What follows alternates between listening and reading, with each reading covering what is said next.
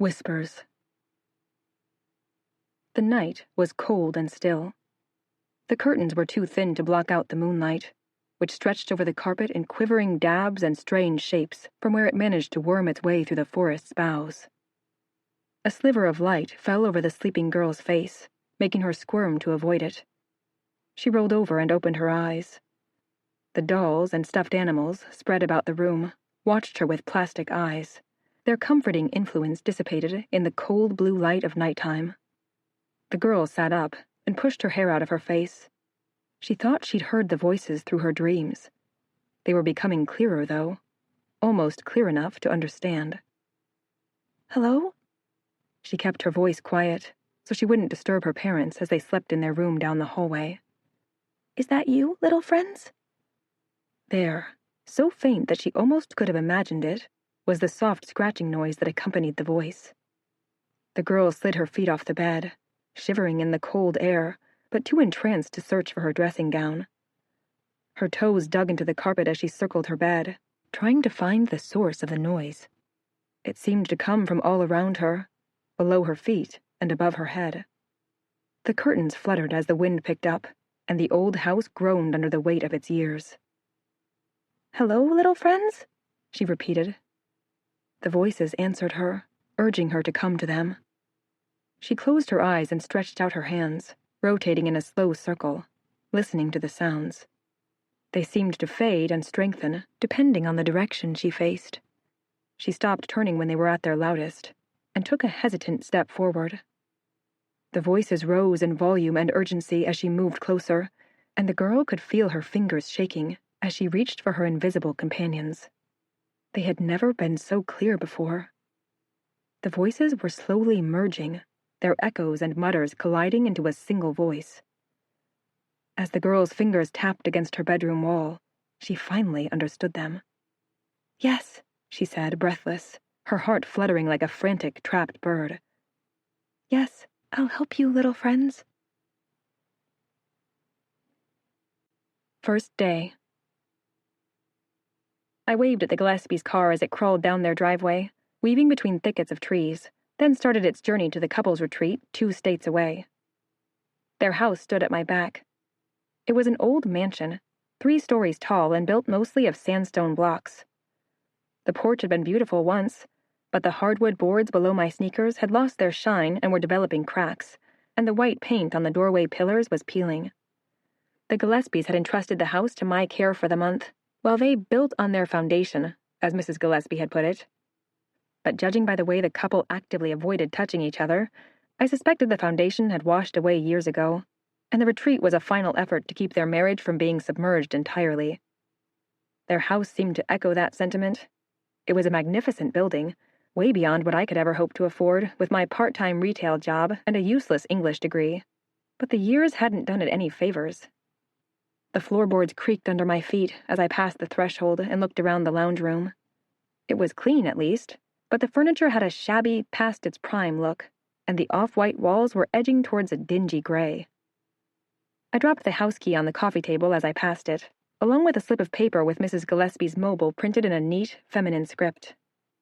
Beyond the lounge room was the dining room.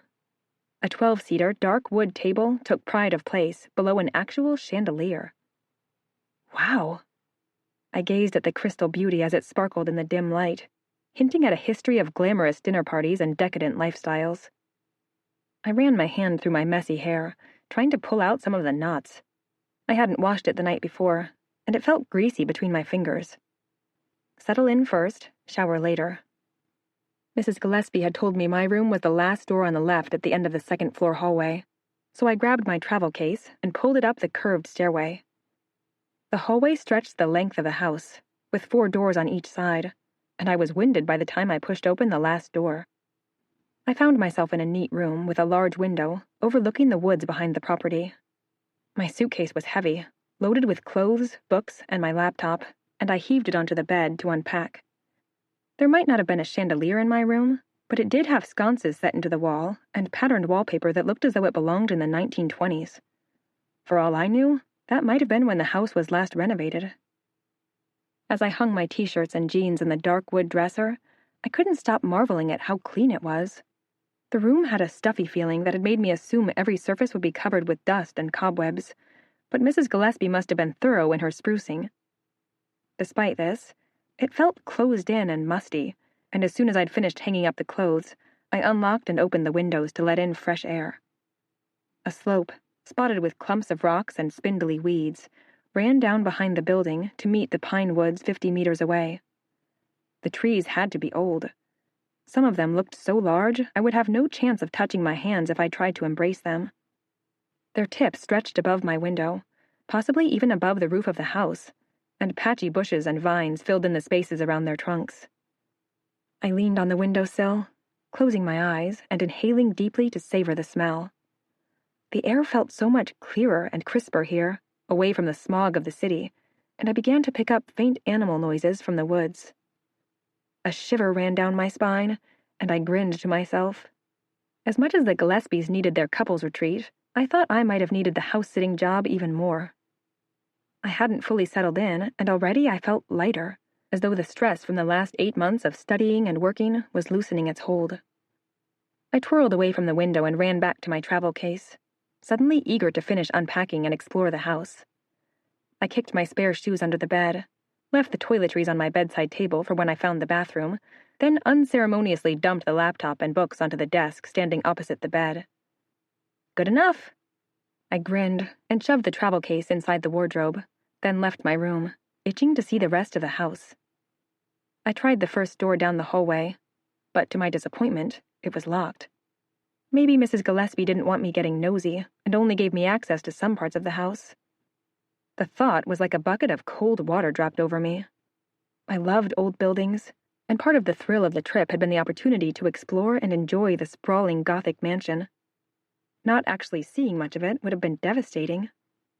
I tried the next door down the hallway, expecting it to also be locked, but I was thrilled when it opened without protest. Beyond the door was another bedroom, smaller than, and not quite as clean as mine. I grinned to myself as I looked through it. Unlike my room with its off-white walls and pale blue bedspread, this new room was decorated all in shades of maroon. Golden leafy designs adorned the wallpaper, which was peeling in many places, exposing a darker wallpaper behind it. The bedspread looked decades old, and held a stack of limp, blood-red pillows. Gorgeous, I murmured to myself, then darted back into the hallway to look into the next room. It was the same size as the last, but had no furniture at all. Just a rug rolled into a coil in the corner, and a broom leaning against the wall. The door opposite that room opened into a bathroom that was old-fashioned but large, with a clawed tub. A wide mirror hung above the sink, and the relatively modern shower had probably been installed within the last decade. The final room was clearly the master bedroom, probably where the Gillespies slept. The queen-sized bed had been hastily made, and the wardrobe doors stood open, showing it was still half full. Guess I'm not the only one who packs in a hurry. I didn't want to snoop around their personal things too much, so I left the room without touching anything. The end of the hallway split into two. To the right was a staircase to the ground floor, and to the left was a staircase going up to the 3rd level. I hesitated, savoring the possibilities of what the top floor might hold, but I knew it made more sense to familiarize myself with the functional parts of the house first. I reluctantly took the stairs down, vowing to explore the upstairs rooms to my heart's content after I'd showered and sorted out dinner. The lowest level had a strange arrangement, with doors in odd places and clashing aesthetics. I went from the living room to the dining room, then into the kitchen, which was disconcertingly modern compared to the rest of the house. A magnet held a piece of paper to the fridge's silver door. Please help yourself. I opened the doors and found bacon, vegetables, eggs, milk, and a packet of meat. At least I wasn't going to starve before I could get to the shops in the town, half an hour away. I hadn't realized how remote the Gillespies' house was until I'd arrived. I'd caught a taxi from the train station in the town, and by the time we'd driven past farmland, uphill through the narrow, winding roads hedged on both sides by woods, and eventually pulled up at the brooding stone building, the fare had grown to nearly twice what I'd expected. That meant I didn't have the budget to go into town as often as I'd planned, and I would have to do my shopping in large, infrequent batches. Not that I minded too much, though. I found the isolation exhilarating. I felt as though I could do anything, and no one would know or care. There was no cranky Mrs. Babinski upstairs to complain to the landlord if I watched a movie, and no one to care how loud I played my music. I could do anything, I said in wonder as I strolled through the kitchen. I could spend the entire month naked, and no one would know or care. I jogged back into the dining room and followed its other door into what I guessed was a library. The walls were covered in shelves, though they held only about a dozen books grouped together on one shelf. What a shame, I muttered as I read the names on the book's spines. They were depressingly dull. A few investment guides, a smattering of self-help books with tritely optimistic titles, an encyclopedia, a dictionary, and 4 novels, all thrillers by the same author. Good thing I brought my own books. Past the library was a study, which seemed to be Mr. Gillespie's domain. Neat stacks of papers sat on the desk, and the walls were hung with large photos of nature scenes. I didn't look any further, partly because I didn't want to intrude on what was probably his personal area, and partly because I had no interest in his job. Past that was a hallway that seemed to lead back to the staircase, then the laundry, and a large empty area that I could only imagine was meant to be a ballroom. I went back to the hallway and looked up and down its length, marveling at the house's size. It felt more like a small hotel than a home, and I tried to imagine the Gillespies living here, only passing each other infrequently in the sprawling building. It held far more space than 2 people could possibly have needed. First night. My toothbrush clattered as I dropped it into the small blue cup perched at the edge of the sink. I used my hands to scoop the running water into my mouth. Even the tap water tasted different than it did in the city. It was crisper and less sanitized. I closed my eyes, imagining I was drinking from a stream. My face had become pasty and pale, I noticed, as I blinked at my reflection in the mirror. I would have to sit in the sun a few times while I had the chance. My freshly washed hair was beginning to frizz as it dried, and my white pajamas looked too bright against the dull gray bathroom walls. Who paints a bathroom gray? I asked my reflection. The entire house seemed shrouded by a feeling of gloom, as though the long years had muted and drained its colors. It didn't help that all of the lights were dim, either by design or because of a lack of cleaning, and shadows encroached on the rooms with a cold persistence. I didn't mind too much, though. I found something pretty about the house's dark aura. In the same way funeral flowers can be beautiful. That's enough morbidity for tonight, my reflection told me. Bedtime. I glanced at the stairwell to my left as I exited the bathroom. The wooden steps leading upwards disappeared into shadows after the first meter, teasing me with possibilities. I hadn't visited the upstairs rooms yet. Figuring out how to start the stoves to cook dinner had taken a frustrating 40 minutes. Then I'd gotten distracted reading one of the books I'd brought. By the time I closed it, it was well into the night, and I could hear owls calling to each other outside the window. We'll explore tomorrow. My room felt welcoming, maybe because of the dozen novels I'd stacked on the desk and beside my bed. I took a final look out the window. The pines' silhouettes stood proudly against the sky as the half-moon cast a thin white light across their tips. "Good night," I whispered, half to myself and half to the house, and then turned out the light and crawled into bed. A rasping, scratching noise permeated my dreams, where I walked long hallways without doors. Turning around corner after corner, like a rat in a maze, I chased the sound but never gained on it. I turned a final corner and saw the hall had led me into a graveyard. Bleached white headstones stuck out of the dirt like crooked teeth, and when I tried to back away, I found my escape blocked by a cold stone wall. I woke with a jolt. The dream hadn't quite been a nightmare, but it had been disquieting, and my heart was racing. I rubbed my hair out of my face and fumbled to turn on the bedside lamp. It took me a moment to realize part of my dream hadn't ended with my waking. A soft scraping sound was barely audible over my ragged breathing. I held still, listening as hard as I could. It sounded like nails clawing at wood. The cold night air made me shiver as I stumbled out of bed and pulled on my sneakers. I grabbed my jacket out of the wardrobe and tugged it over my pajamas before slinking into the hallway. The walkway to my left ended in a large window overlooking the woods. The moon cast just enough light for me to see without searching for a switch, so I walked through the house slowly and carefully, searching for the source of the noise. Now that I was listening, a multitude of other sounds crept into my awareness. Deep creaking from below my feet, occasional rattling from the floor above my head, then a moaning, grinding sound from inside the wall, where the plumbing became active. I'd heard it said that some old houses breathed, and the Gillespie's building certainly did. The house felt like a living creature, resting in the middle of the countryside, whiling away its years in hibernation. The windows were its eyes, the shingles plated its back. That would make me, what? A parasite, I snorted in laughter. The sound echoed strangely in the empty hallway. My hand landed on the glass doorknob of the room beside mine, and I gave it a twist just in case. As it had during the day, the lock stayed resistant. I took the stairwell down to the first floor. The wooden steps whined under my feet as the plumbing further back in the building gave a final rattle, then quieted. The house looked completely different at night. What was dim and dingy during the day became almost luminous under the effects of the moon and stars. The wallpaper seemed more vivid, the wood seemed a richer color, and the secrets hidden in the darkness felt 1,000 times more alluring, especially when the shadows writhed across the floor and bloomed out of every corner. I let myself out of the front door without thinking about what I was doing.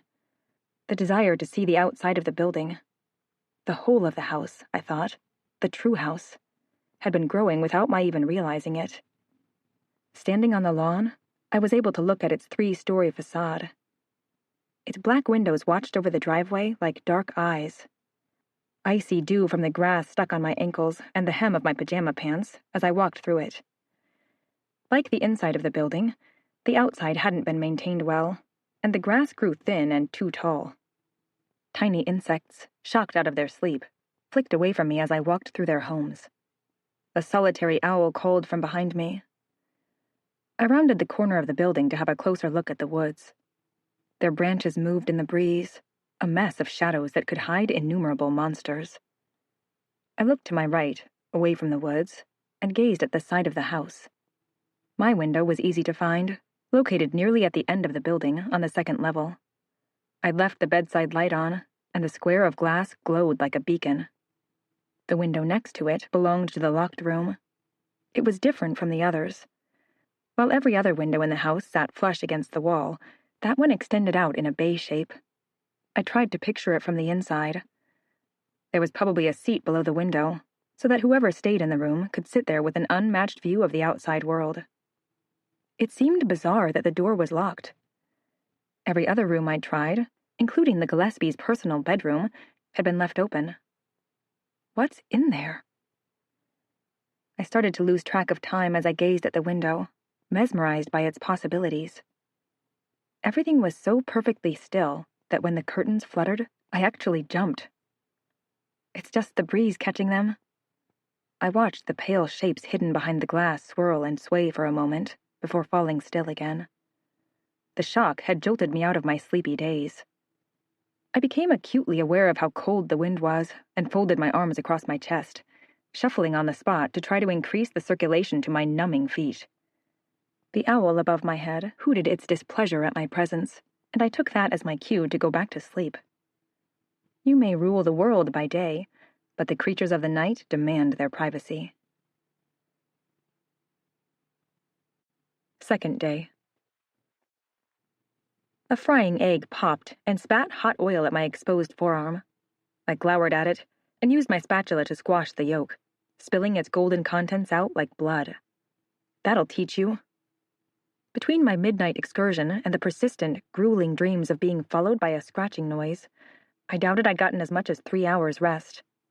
Still, it was my second day of solitude, and it had been a welcome change to wake up without hearing the thunder of the tenants in the room above mine as they used their treadmill. If you're going to jog, at least do it outside, I thought on some of my worst mornings.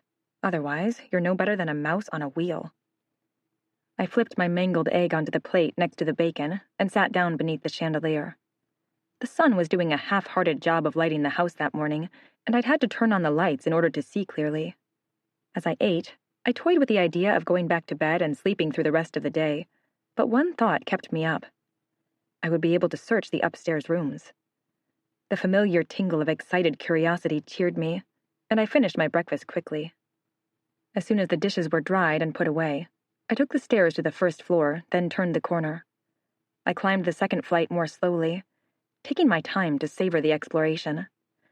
Partway up the narrow stairwell, the wallpaper changed from the sickly gray shade to a dark maroon with intricate gold designs, a little reminiscent of the paper in my own room. I reached the landing and found myself in a hallway not very different from the one downstairs. The main change was the lights, or rather the lack of them. The only illumination for the hallway came from the square window at the end. Good thing I didn't try to explore up here last night, I thought, as I ran my hand across the patchy, peeling wallpaper. I would have been as good as blind. The wooden door had a carpet runner down its length. The fabric was scuffed, and the dirty gray base showed through in many patches. Small puffs of dust appeared around my feet as I stepped on it. An aura of neglect hung over the entire upper level.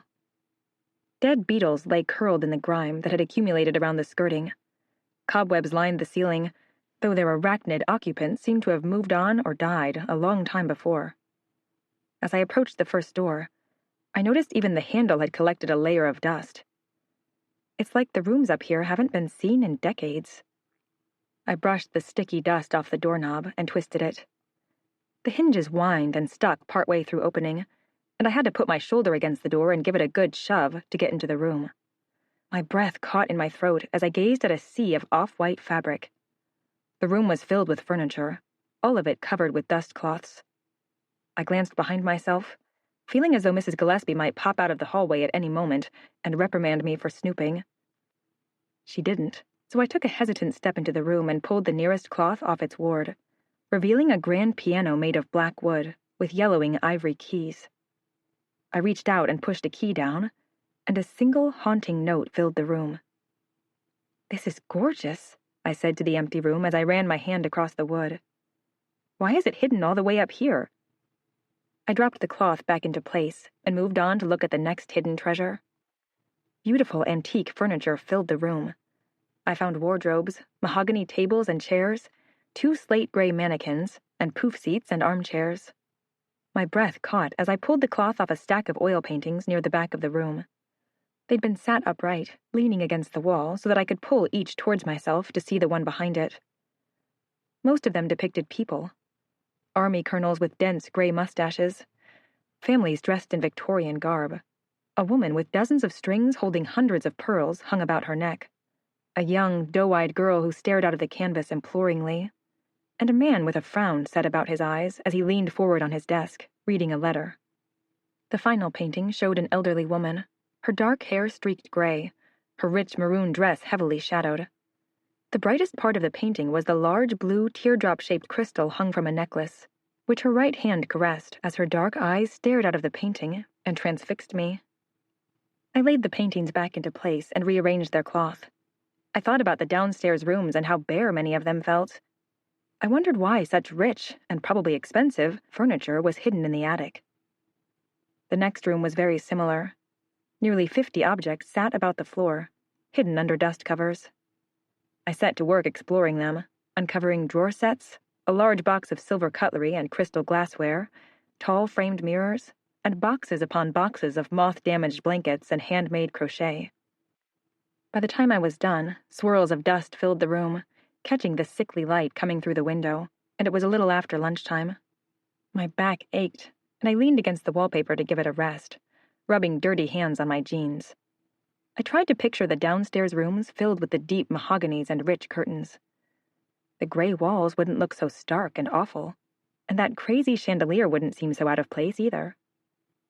Had the Gillespies moved the furniture up here, or had they simply never moved it down after buying the house? I hadn't had long to talk to Mrs. Gillespie before they'd gotten into their car and left, but I'd had the impression she'd only lived in the house for a few years. She'd said she missed the city. I went back into the hallway and paused there, glancing to the left and to the right. I could keep exploring the rooms. There were another 2 to my left and 3 on the opposite wall, or I could go downstairs and refuel with some lunch. The dust was all over my clothes and in my hair, but my desire to look through more of the mysterious upstairs rooms was insatiable. Just one more, and then I'll take a break. I opened the door to my left, and felt a rush of disappointment when I saw it was empty. I'd been hoping to uncover more of the gorgeous furniture, but the only thing in the room was a dead mouse, coiled on its back with its tiny paws held up towards the ceiling. My feet kicked up more dust as I walked inside and looked about the bare walls. I'd been stupid to expect every room to be filled with stored furniture. What I'd already seen was probably enough to comfortably fill most of the house, and I supposed it was a little relaxing to not be cloistered amongst the ghost-white dust cloths. I held my arms out to the side, stretched my back, then walked to the window to admire the view. No wonder the light is so bad, I thought, as I gazed at the rolling cover of clouds poised above the treetops. Being on the highest floor gave me a slightly better view of the forest. It seemed to stretch on for quite a way. Even though the ground dipped and obscured my view, I guessed it had to continue until it reached the mountains, where fog had gathered several kilometers away. A door slammed beneath my feet. I shrieked and leaped backwards as I felt the floor's reverberations through my shoes. My left sneaker landed on something lumpy and brittle, which made a faint crunching noise. I scuttled away from it and saw I'd stepped on the dead mouse, squishing it quite a bit flatter than it had been. My heart thundered. I pressed both hands against my chest, trying to silence my heartbeat while I listened for more sounds from the floor below. Is someone in the house? Is it a break-in? Silence. My fingers shook as they pressed into my blouse. I looked towards the door, which I'd left open a crack, and felt irrational paranoia rush through me. There's someone in the hallway. 100 thoughts ran through my head. Can I climb out the window? Should I call the police? But they became increasingly irrational as fear overrode my ability to think. If I tried to climb out the window, I would undoubtedly fall to my death 3 floors below, and I'd left my mobile on the dining table. I took a halting step towards the door. Icy sweat built under my arms and across the back of my neck. I didn't dare breathe as I took a hand away from my heart and nudged open the door. Half certain that I was about to die, I leaned forward to look into the hall. It was deserted. Get a grip, Elle. I moved the lower half of my body into the hall, too. The hairs on my arms prickled as I faced the stairwell. What if someone knew the Gillespies were leaving and came to steal what they could while the house is empty? Would they bring a knife? A gun? An image flashed through my mind. I saw myself running down the hallway, trying to escape the hulking intruder as he grabbed my ankle, tumbling me to the dust-coated carpet. He brought his butcher's knife down to sink it into my chest again and again and again. Get a grip, I repeated. I wrapped my arms about my torso, and my mouth was too dry to form the words properly. I could stay on the upper level until he leaves. I could hide under a dust cloth and pretend I don't exist while he loots the house. Except that I'd screamed when the door had slammed. That wasn't a noise that could be passed off as the house breathing. If he'd heard me, he knew I was there, and he would either flee or come looking for me. I turned to the nearest room to my right, where the furniture was covered in yards of off-white cloth. With a final glance at the stairwell, I ducked into the room and pulled the coverings off until I found what I'd been searching for. A crate filled with heavy bronze candlesticks. I picked one up, then, holding it like a bat, crept back into the hallway and towards the stairs. The floor groaned under my weight, and I cursed at it. If the stranger downstairs was listening for me, he would have more than ample warning that I was coming. Don't be a coward. The Gillespies left you here to mind their house. Now mind it. I took the stairs slowly, my watering eyes fixed on the poorly illuminated landing below, craning my head forward and hoping to see any threat before it had a chance to maul me. My body was alive with adrenaline, and I was becoming dizzy from the excess oxygen my lungs were dragging in to prepare for flight or fight. The landing stayed empty. When I reached it, I looked around the corner. My eyes scanned the shadows that clustered about the edges of the hall, but it was empty. I know you're there. My voice escaped as a pathetic whine. I swallowed and tried to put more force into it as I took the first step down the hallway. I have a gun, but I won't shoot if you show yourself. I counted to 10, but the only noise was my ragged breathing and racing, overworked heart. There was nothing for it. I took a second step down the hallway, then a third, my eyes flickering over the closed doors, my ears straining to hear any sounds. The first door to my left was the Gillespie's bedroom. I hesitated, wondering if I should peek in cautiously, but I knew I'd lost any element of surprise a long time ago, so I gripped the doorknob, twisted quickly, then kicked open the door with more force than I probably should have. It banged against the wall, then sprang back, threatening to close my view of the room, but I extended my spare hand to keep it open. The room looked empty. The closet door still stood open, as I'd left it before, and the bed had a base that extended to the floor, eliminating any hiding space beneath the mattress. I backed out of the room and took 2 more hesitant steps towards the bathroom. "Don't make me hurt you!" My voice was too loud that time, echoing through the hallway and bouncing back at me. I yanked open the bathroom door and stepped into the room, candlestick held high. I caught sight of movement from the corner of my eye and brought the heavy bronze stick down, slashing blindly, but it only hit the shower curtain, which had fluttered in the breeze caused by the opening door. Back in the hallway, I burst through the second door to the left, the empty storage room. The broom still stood against the wall, looking forlorn. The next door belonged to the locked room. Tingles ran through my spine as I gripped the doorknob and twisted. Premonition, or maybe superstition, coupled with the fear roaring through me, told me to expect the door would open, and I felt a little surprised and disappointed when it didn't. The last room was my bedroom, and I broke into it with the same burst of energy I'd used to tackle the bathroom, waving my stick at the shadows. It looked exactly the way I'd left it. My books were stacked on the desk, and my bed was half-heartedly made. I quirked up the quilt to look between the bed frame and the floor and checked in the closet, but my room was empty. I wandered back into the hallway, letting the candlestick sag down by my side as I rubbed my dusty sleeve across the sweat that drenched my face. The noise had definitely come from this floor. It had been too loud and too close to have been on the ground level, and the stairs creaked so badly that I would have heard someone trying to sneak down them. I looked at the ceiling. Yellowish splotches stained the paint around the edges where water had seeped in, and tried to work out where the noise had come from. It had sounded as though it was directly under my feet, and I'd been in the second-to-last room, which was above the locked room. "Of course," I said bitterly. I walked down the hallway to stand in front of the door and tried the handle a final time. It still stuck. I got onto my hands and knees, dropping the candlestick, and looked through the crack between the door and the floor. The light was very poor. I remembered the window had curtains over it. Coupled with the cloudy sky, they gave the room a level of light similar to twilight.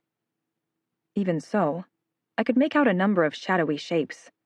The room definitely had furniture in it. I crouched there, straining to see, trying to make out any sort of motion among the swimming shadows. Then creaks, loud and persistent, rose from the floor below my hands. I pulled back with a jerk and listened as the floor moaned. The noise moved away from me, towards the opposite side of the hall. I grabbed for my candlestick, fumbled, and dropped it. The brass made a hard metallic thunk as it hit the wooden floor. Damn it all," I said under my breath and clambered to my feet, clutching the candlestick against my chest. My heart felt ready to explode. I took the steps quickly, almost recklessly, against my common sense. Once I was on the ground floor, I turned and scrambled towards the room below the hallway, which turned out to be the library. The bare shelves seemed much starker and more hostile than they had the day before. The room was U-shaped, with the middle protrusion filled with bookcases. I edged around the perimeter, keeping my back to the shelves as I held up my weapon and checked around the stiff, dingy blue couches and the curtains. It was empty. I felt lost, so I went back out the way I'd come, into the dining room. I checked the kitchen and the hollowed-out ballroom on the way past, then ended up in the living room. I grabbed my mobile and the slip of paper off the coffee table, then hurried to the front door and the safety of the outside. I didn't start breathing properly until I'd put 24 paces between myself and the front porch. I stopped under one of the elm trees that flanked the driveway and scanned the front of the building with my eyes. There didn't seem to be any sign of a break-in. Not that there would have been. I'd left the front door unlocked. The only motion I could see came from the bushes and trees that moved lazily in the breeze. I flopped down in the tall grass and dropped my candlestick. I took a moment to close my eyes and breathe in the oxygen, which tasted sweet and fresh compared to the dusty upstairs rooms. Then I held up the slip of paper Mrs. Gillespie had given me and punched the number into my mobile. "Yes," a cool voice answered after the fourth ring. "Hi, Mrs. Gillespie?" I stuttered, feeling incredibly underqualified to explain the situation adequately. I think someone broke into the house." "What, Elle?" she barked. "What happened?" "I was in the top floor when I heard a door slam," I said. I went downstairs but couldn't see anyone." "Is there a car outside the house?" she asked. I scanned the front lawn, as though a car might have materialized in the minute I'd been talking to Mrs. Gillespie. It hadn't. "No, sorry." I cringed and pressed my palm into my forehead. Why am I apologizing for the lack of cars? My brain had shut down under the coldly critical tone coming from the other end of the phone call. "Don't worry about that, then." Mrs. Gillespie sounded suddenly tired. "It would take most of the day to walk up and down our driveway. If anyone was trying to rob us, they'd bring a car. But I heard there's a door in the house that doesn't close properly. It keeps drifting open and slamming in the wind. I've been telling Mark to fix it for years, but... Ugh." She stopped herself, as if making a conscious effort not to criticize her husband. "Well, it's not fixed yet." "Oh." I was starting to feel stupid. There were some creaking noises, too." "It's an old house, honey." Mrs. Gillespie sighed. "The creaks are part of its nature. Unless you saw something or heard someone speaking, I think you're safe." The stupid feeling was increasing, but with it came a boiling anger. If there was a door that kept slamming, wouldn't she have thought to tell me about it before leaving me alone in her house for a month? I could have had a heart attack. "Is there anything else?" Mrs. Gillespie's polite tone carried an undercurrent of irritation. "I searched the rooms," I thought. "I risked life and limb to protect your damn house." "No, sorry for disturbing you. Have a nice, retreat." She hung up without saying goodbye. I threw down my phone and let myself fall backwards, then vented my anger and stress with a strangled scream of frustration. I wished I could teleport back to my apartment, even with its weird smells and obnoxious neighbors. Anything to avoid setting foot in the Gillespie house again.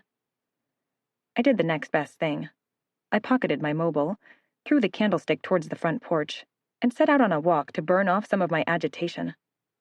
The clouds gave the yard a bleak, ethereal look. I stopped at the top of the drop-off, just as I had the night before, and looked down at the woods. The incline, dotted with boulders and waist-high weeds, looked strangely inviting, as though I could step into it, and it would carry me in a smooth rush down to the embrace of the light-dappled trees. I turned back to the house and again saw the bay window, the only thing protruding out from the otherwise smooth side of the house. The curtains were moving gently from the breeze, but I couldn't see beyond them. I wished I'd asked Mrs. Gillespie what was in there when she was on the phone. A spotty grove of anemic trees poked out from behind the house. I hadn't seen the complete yard yet, so I started walking towards the outcropping. Past the building's back corner were 2 small sheds, and beyond those were a series of raised garden beds. I walked between the knee-high wooden boxes. Many of them still had stakes poking out of the ground, and layers of straw covered some, but clearly nothing edible had grown in them in a long time. Still tethered to the stakes, shriveled and brittle tomato stalks had been left to die. Even the weeds that had stubbornly grown through the straw looked as though they were one hot day away from death. It was far more depressing than the inside of the house. I reached the end of the rows and turned back to gaze at them. Someone must have spent hundreds to build the gardens. I couldn't imagine how someone could just forget them like that. Beyond the garden was a stretch of grass. Then the trees rose out of the gully to border the edge of the property. Some sort of building was hidden behind the first cluster of trees. I could see a dark gray stone pillar and what looked like a roof. Gravel crunched under my feet as I approached the structure to get a better look. The trees were stockier and grew more closely together than those in the forest, and I had to push through meters of the dense, scratchy branches before I reached my goal. Past the trees was a tall, dark wrought iron fence. A little beyond that were rows of gravestones. I jumped away from the fence and became tangled in the trees again. I struggled, earning myself a series of scratches across my arms, but I managed to get out, back on the house side of the organic divider. I stuffed my shaking hands into my jacket pockets, as I looked from the looming house to the tree-hidden burial site. The house is big, I thought. Maybe it wasn't always a private home. It could have been a school or a retirement building at one time. That made sense. I mentally counted off the number of bedrooms on the top 2 floors.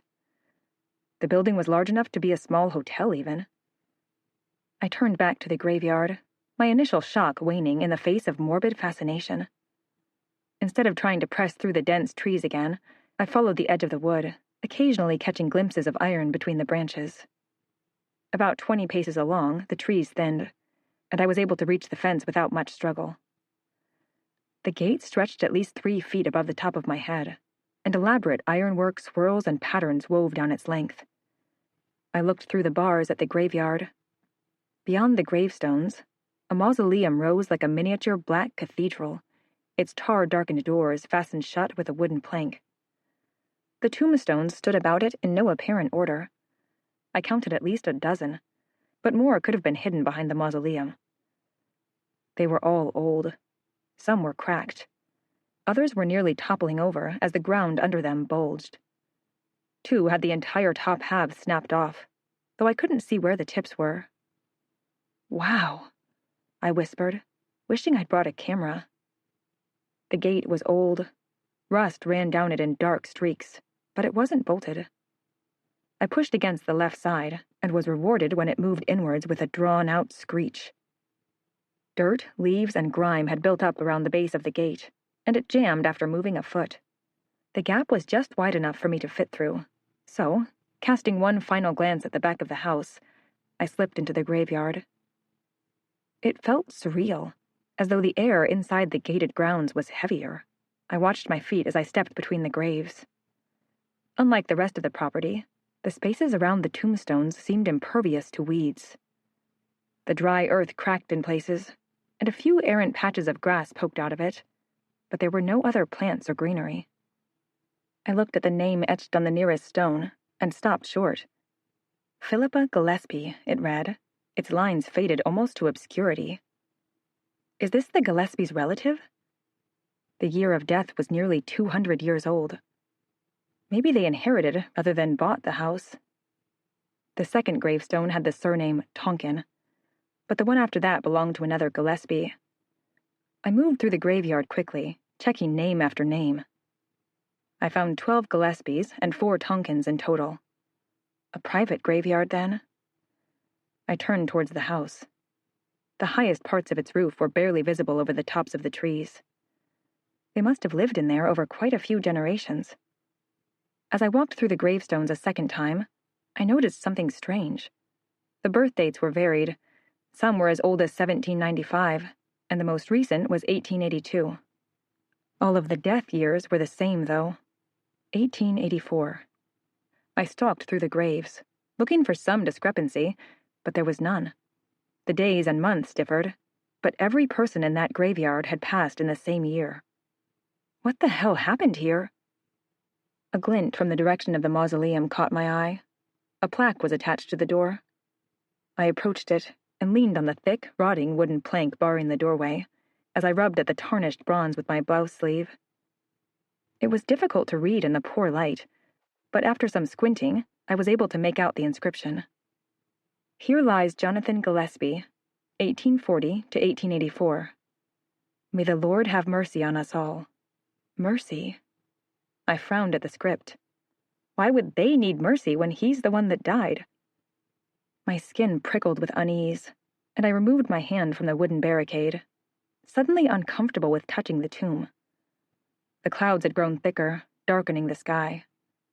Still, I didn't think the poor light was entirely down to the weather. I must have been in the graveyard for close to an hour, and the sun would soon be skirting over the mountain's edge. I didn't regret leaving the tombstone-laden field, and I was careful to close the gate behind myself so that it wouldn't drift open during the night. Whatever was within those wrought iron constraints was better off staying there. A cold wind snapped at me as I hurried around the outside of the house, barely sparing a glance at the locked room's window. I didn't stop until my foot hit the candlestick that had become lost in the long grass around the porch. I cursed, massaging my stubbed toe, then picked up the bronze rod and continued into the house. Turning on the lights didn't do much to chase out the shadows, but at least I could see my way into the kitchen. I hadn't paid much attention to my body while I was in the graveyard, but the sight of the fridge made me realize I was starving. I'd missed lunch thanks to the slamming door. Despite Mrs. Gillespie's reassurances, I didn't want to return to the upper level, especially with the light dimming, so I left the candlestick on the table. I was pleased to see it matched the chandelier nicely. Dinner, I coached myself, as I plundered the fridge and pantry. Then a shower, then reading, then bed. Don't let the house get to you. This is fine. I found a red tapered candlestick in one of the drawers while I was looking for skewers, so I lit it and stuck it in the candlestick. Its floral scent eased my anxieties as I watched the candle burn and ate my dinner in silence. Second night. The slamming door woke me from disturbing dreams. I sat upright with a muffled shriek, and something heavy fell into my lap. I looked down and saw the book I'd been reading. I must have fallen asleep between pages. My bedside table lamp was turned on, but did little to dispel the room's shadows. Pressing one hand over my thundering heart, I kept still and listened to the house. It was breathing again. A pipe rattled somewhere behind me, then fell silent. The floor groaned as though weary of bearing its weight. More disturbingly, the scratching noise was back. It scraped, ground, and rasped through the walls around me, setting the hairs on my arms to stand up. The rogue door, at least, had returned to being silent. It sounded so much louder than the first time, I thought, as I made a conscious effort to slow my breathing. I guess because it's on this floor. It really sounded like it was coming from just behind me, though. I felt too jumpy to stay in bed, so I got up, wrapping my dressing gown about myself to protect against the icy night air, and pulled my slippers on. The floorboards groaned under my feet as I approached the room's door and opened it. Moonlight fell through the window at the end of the hallway, and I drew near to it like a moth to a lamp. The window overlooked the dead gardens, which had become a maze of shadows and dark stakes in the nighttime. Beyond them, I could see the crop of trees that hid the graveyard. I stood there for a while, leaning on the sill and watching the light and darkness play across the ground in response to the trees swaying. I half closed my eyes, and I might have believed I was seeing people walk through the woods. Enough of this. I rubbed at my arms. Either go back to bed or do something productive. The scratching sound was still echoing in my ears, so I made for the stairwell. It was a risky climb down in the dark, but I made it to the ground floor without breaking my neck. I followed the now familiar path to the kitchen and turned on lights as I went. A quick search through the pantry turned up cocoa powder and sugar, so I put a saucepan of milk on the stove to heat. I'd intended to drink the hot chocolate while I read, but when I sat at the table with my book cradled in my spare hand, I found I couldn't focus on the words. I slammed it shut with a sigh. The candlestick, with its half-burnt candle, caught my eye. Why not? I lit the wick and held the bronze pole in front of myself with my right hand, carrying the drink in my left, and strode into the dining room. Let's explore the house in the dark. We'll make it a proper Gothic adventure. The building felt completely different at night, and I looked on it with fresh eyes as the flickering light illuminated a small golden circle around me. Through the dining room, through the suffocatingly empty ballroom, and into the library, I took the chance to appreciate the building afresh. Something stood out to me as I drifted from room to room. It had been a quiet awareness in the back of my mind since I'd first arrived, but it wasn't until that night, while I was surrounded by smothering darkness, with the only sounds being produced by my footsteps and the house's breathing, that it struck me as strange. The house was neglected, and although the furniture was clean and modern, and the living areas were clutter-free, there was a peculiar absence of evidence that a family lived there. I hadn't seen a single photo of the Gillespies, not even in the master bedroom. There were no knickknacks or trinkets, no paintings on the walls, and no furniture that looked as though it were loved. Every single object in the house served a practical purpose, like a hotel room before the guests had unpacked their luggage. What does that say about the Gillespies? I stopped in front of an empty stretch of wallpaper partway down the hall. It was exactly the sort of place that a painting, like one of the gorgeous oil portraits upstairs, would fill perfectly. In fact, as I leaned closer, I thought I could see a square of the wall slightly darker than the rest, as if a painting had hung there for many years before being taken down. Clearly, the Gillespies didn't have the world's happiest marriage. They were both business people, driven and hardworking, and simultaneously pulling in different directions. What were their evenings like? Did Mr. Gillespie retire to his meticulously clean study, while Mrs. Gillespie walked the empty hallways, cleaned out her wardrobe, or worked tirelessly to eliminate any hints that feeling, breathing human beings inhabited the house?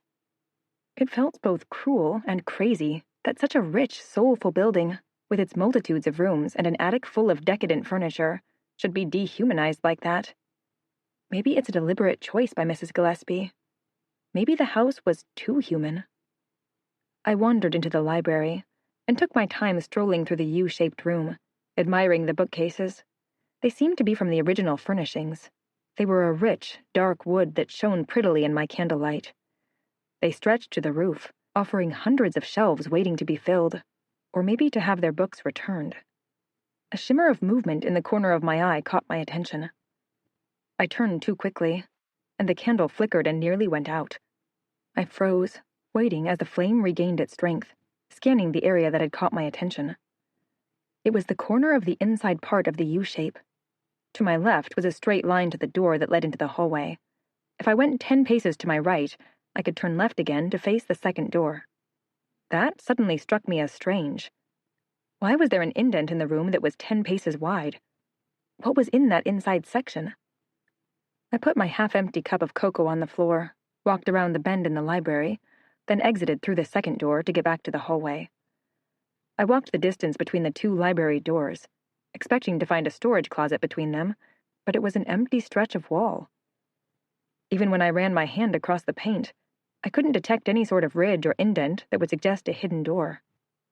Back in the library, I scowled at the shelves. There had to be something behind them. There was no point in taking so much room out of the library unless it served a purpose. But if a room was hidden behind those walls, it didn't seem to have a door. I put my candle on the ground beside the cocoa, then went to one of the shelves and tried to pull it out. It was fixed in place, either by bolts or cement. I went to each shelf in turn, tugging them so fiercely that I was frightened of pulling a chunk out of the wall, but the only thing my efforts got me was a splinter in my palm. I sucked at it furiously as I regarded the blocked-off area. What the hell's wrong with this house? I asked it. Locked rooms, and now rooms without doors at all? I made to turn away, but a hint of movement attracted my attention again. It had come from the same corner where I thought I'd seen it before. I picked up the candle and moved in to get a better look. A narrow gap, a centimeter at most, existed between the 2 shelves that overlapped across the corner. I raised my candle to it and stared into the black depths. There, so close that I could have touched it if the bookcases hadn't been in place, a wide, manic eye stared back. My mouth opened involuntarily as my body locked up in shock. I dropped the candlestick and heard the metal ring as it hit the wood floor. The blackness that had been pressing upon me all night overwhelmed me, pouring around my body and threatening to drown me in its icy embrace. Then I started stumbling through the black, hands stretched out ahead of me, desperately seeking the exit before the thing in the darkness caught me. My hand hit a wall, and I stumbled, then began rubbing my palms across it, searching for the light switch, as I became convinced I could hear footsteps creeping through the room, gaining on me, nearly on top of me. Then I found the switch, and light filled the room. I turned, hands raised to protect myself, but I was alone. The candlestick lay on the floor, still wobbling its way to stillness, its molten tip leaving a splattering of bright red wax on the floor. The shelves all stood in place. The room inside remained closed.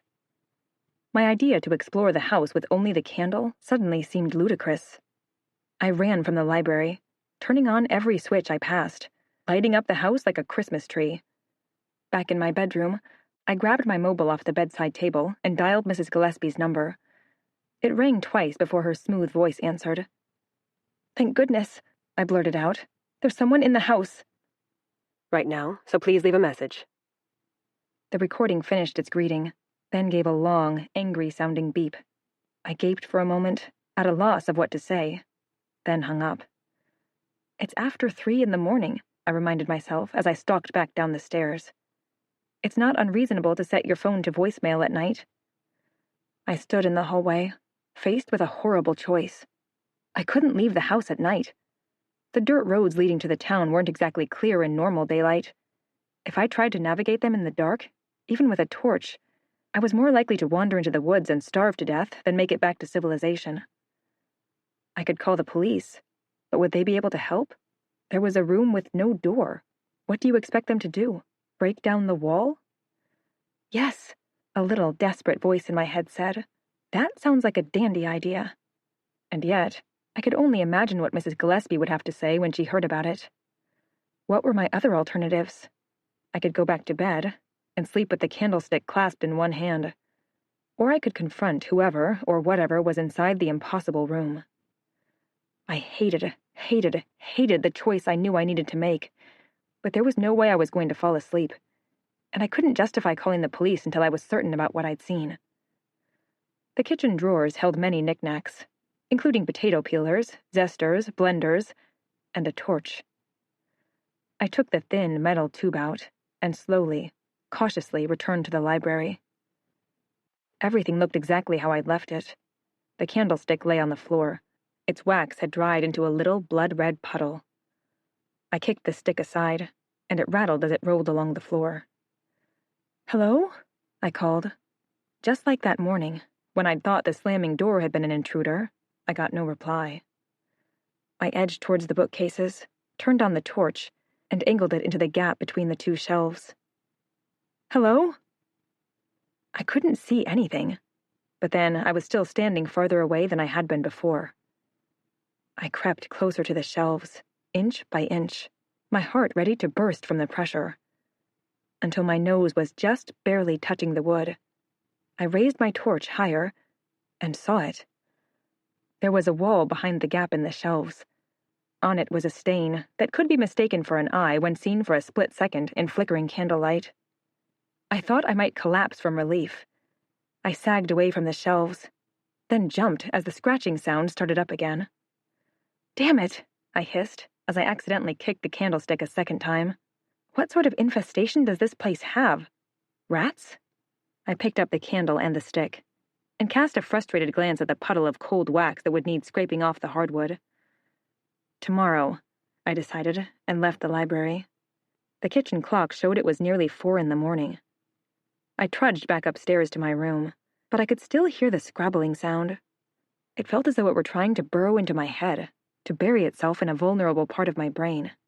And the idea of trying to sleep while encased in that noise made me feel sick. But exhaustion was dragging at me, and after sleeping so badly the night before, I knew I wouldn't do well if I tried to stay awake. I settled on a compromise and dragged my pillow and blanket downstairs. The lounge room was quiet, so I bundled up on one of the couches, hugging the pillow and watching the roving shadows until I couldn't keep my eyes open any longer. Third day. It took 3 rings for the phone to pull me back to awareness. My pillow flopped onto the floor as I fumbled to pull the mobile out of where I'd forgotten it in my back pocket. I'd become tangled in the blanket overnight and had to kick it off before I could sit up. "Yeah?" I mumbled as I pressed the phone to my ear. "You tried to call me last night?" A crisp, cold voice replied. I squinted against the light coming through the living room window and rubbed a palm against my eyes. The voice sighed, and I realized Mrs. Gillespie must have gotten a missed call notification. "Oh, Mrs. Gillespie, sorry, I didn't mean to disturb you." "You didn't," she said curtly, and I could tell she was waiting for an explanation. I opened my mouth to tell her about the eye I thought I'd seen between the bookcases, but the words died on my tongue. She would think I was being idiotic, of course. I could already tell her patience with me was nearly gone. Talking to her about my late-night rovings and hallucinations would do away with it completely. So I seized on the only other explanation I had. "Yeah, there's heaps of scratching noises in the walls. I couldn't sleep." "Damn it," she spat, almost too quietly for me to hear. "Fine, that will mean the rats are back. You'll need to take care of them yourself. They'll do too much damage if you leave them until I get home. There are rat traps and poison in the storage shed behind the house. Leave them around the kitchen, the laundry, the library, The empty bedrooms on the second floor and the basement. My mind was sluggish from sleep. I rubbed at my face, trying to wake myself up and keep track of the instructions. Right, okay. Kitchen, laundry, library. Wait, you have a basement? The sigh was back, searing me with its irritation. Yes, of course there's a basement. The door's in the hallway, opposite the conference room. Oh, right. There aren't any lights down there, so take a torch. Sure. My mind fluttered to the other lightless section of the house. The third floor, with its half-explored rooms. I couldn't stop myself from saying, "Hey, there's some pretty old stuff upstairs. What happened with that?" You've been up there, have you? Those were the house's original furnishing. The previous owner put them into storage when he renovated the building. When we moved in, we decided to keep the modern aesthetic. That's such a shame, I blurted, before I could stop myself. It's so beautiful. It's old-fashioned, Mrs. Gillespie snapped. Look, I have to go now. We have a class starting in a minute. Just put out the traps and poison, okay? Sure. Have fun at your class. Like the day before, she hung up without saying goodbye. I pursed my lips at the phone, then put it to one side and stretched.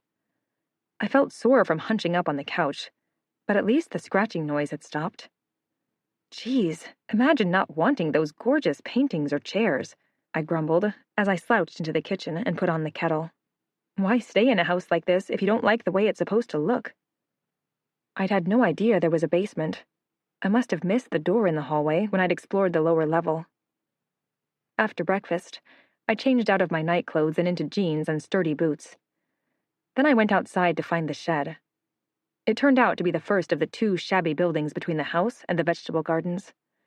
I got onto my tiptoes to peer through the window, careful not to touch the spider-infested sill.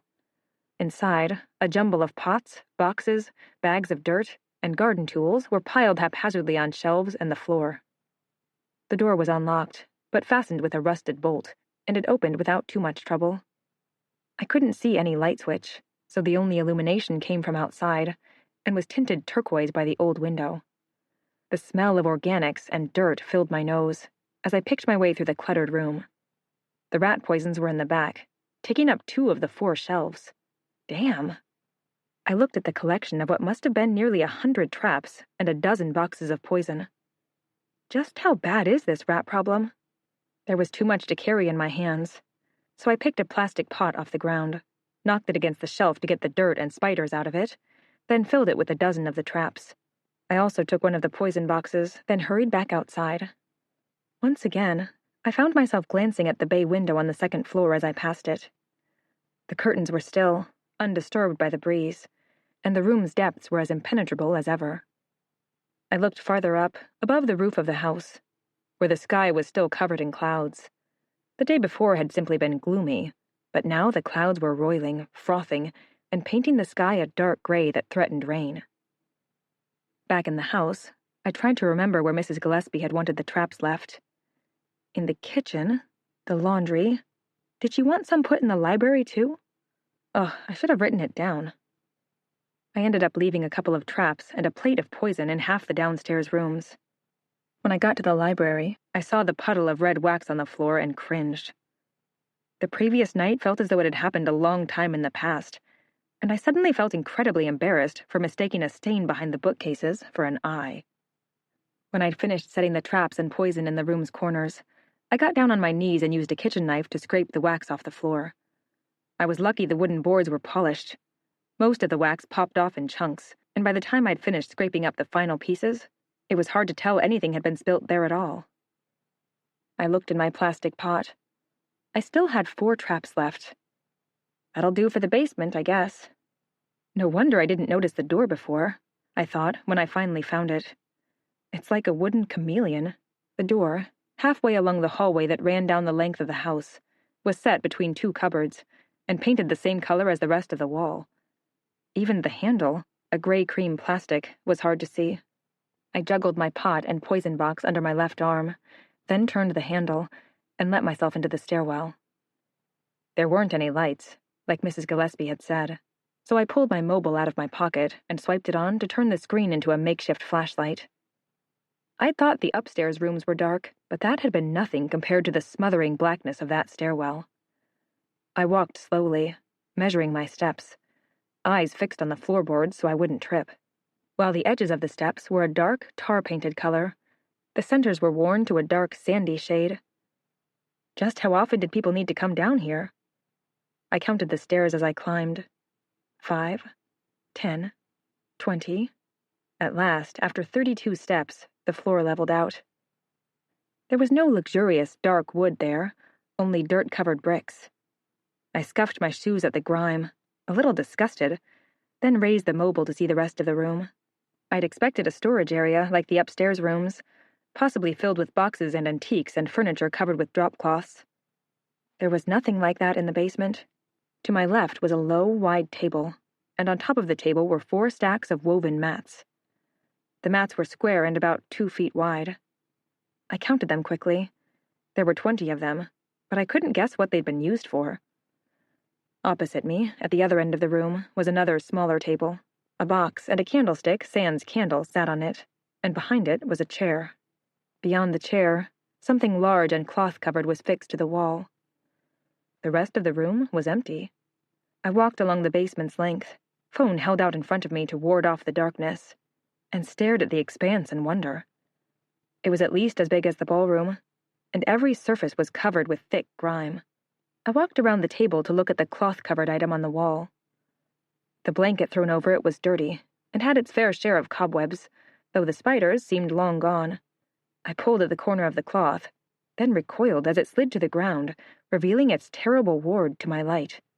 A giant metal skull, distorted and leering, gazed down upon the room with empty eyes. At least as tall as a human, and built out of dark wrought iron, probably the same iron as what surrounded the cemetery. The metal bones seemed designed as a mockery of what a skull should have looked like. My first thought was that it might have been intended as art, but I couldn't imagine any person who might have wanted such a grotesque abomination in their home. Its position behind the desk, fastened to the wall so that its sightless eyes could watch over the room, made me think it was supposed to serve a purpose. I thought of the steps, worn down from countless feet. What was this room? My eyes settled on the wooden box sitting on the desk. It was a little larger than my hand, and 2 metal clasps held it closed.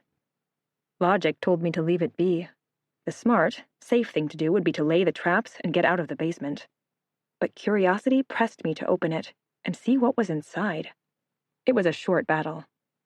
I put down my mousetrap pot and poison box, then flicked up the box's metal clasps. They were rusty and stiff from disuse, but still, they opened. I raised the lid, my heart beating hard from a mixture of fear and anticipation. But my anxiety had been unwarranted. The box was empty, except for a slip of paper.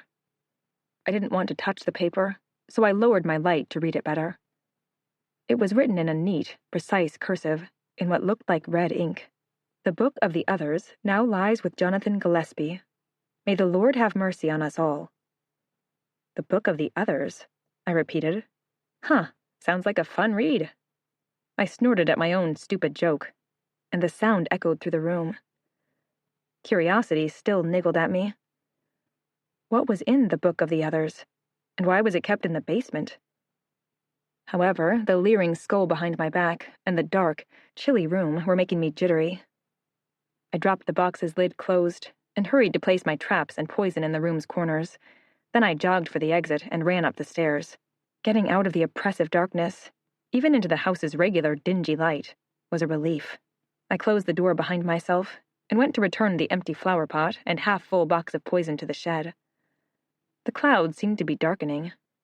I felt a spit of rain land on my exposed arm and quickened my pace. The shed's door creaked when opened, and I dropped the pot back onto its pile in the corner, replaced the poison box on the shelf, and bolted the door behind myself. I hesitated then, glancing past the garden beds towards the little cemetery hidden by the trees.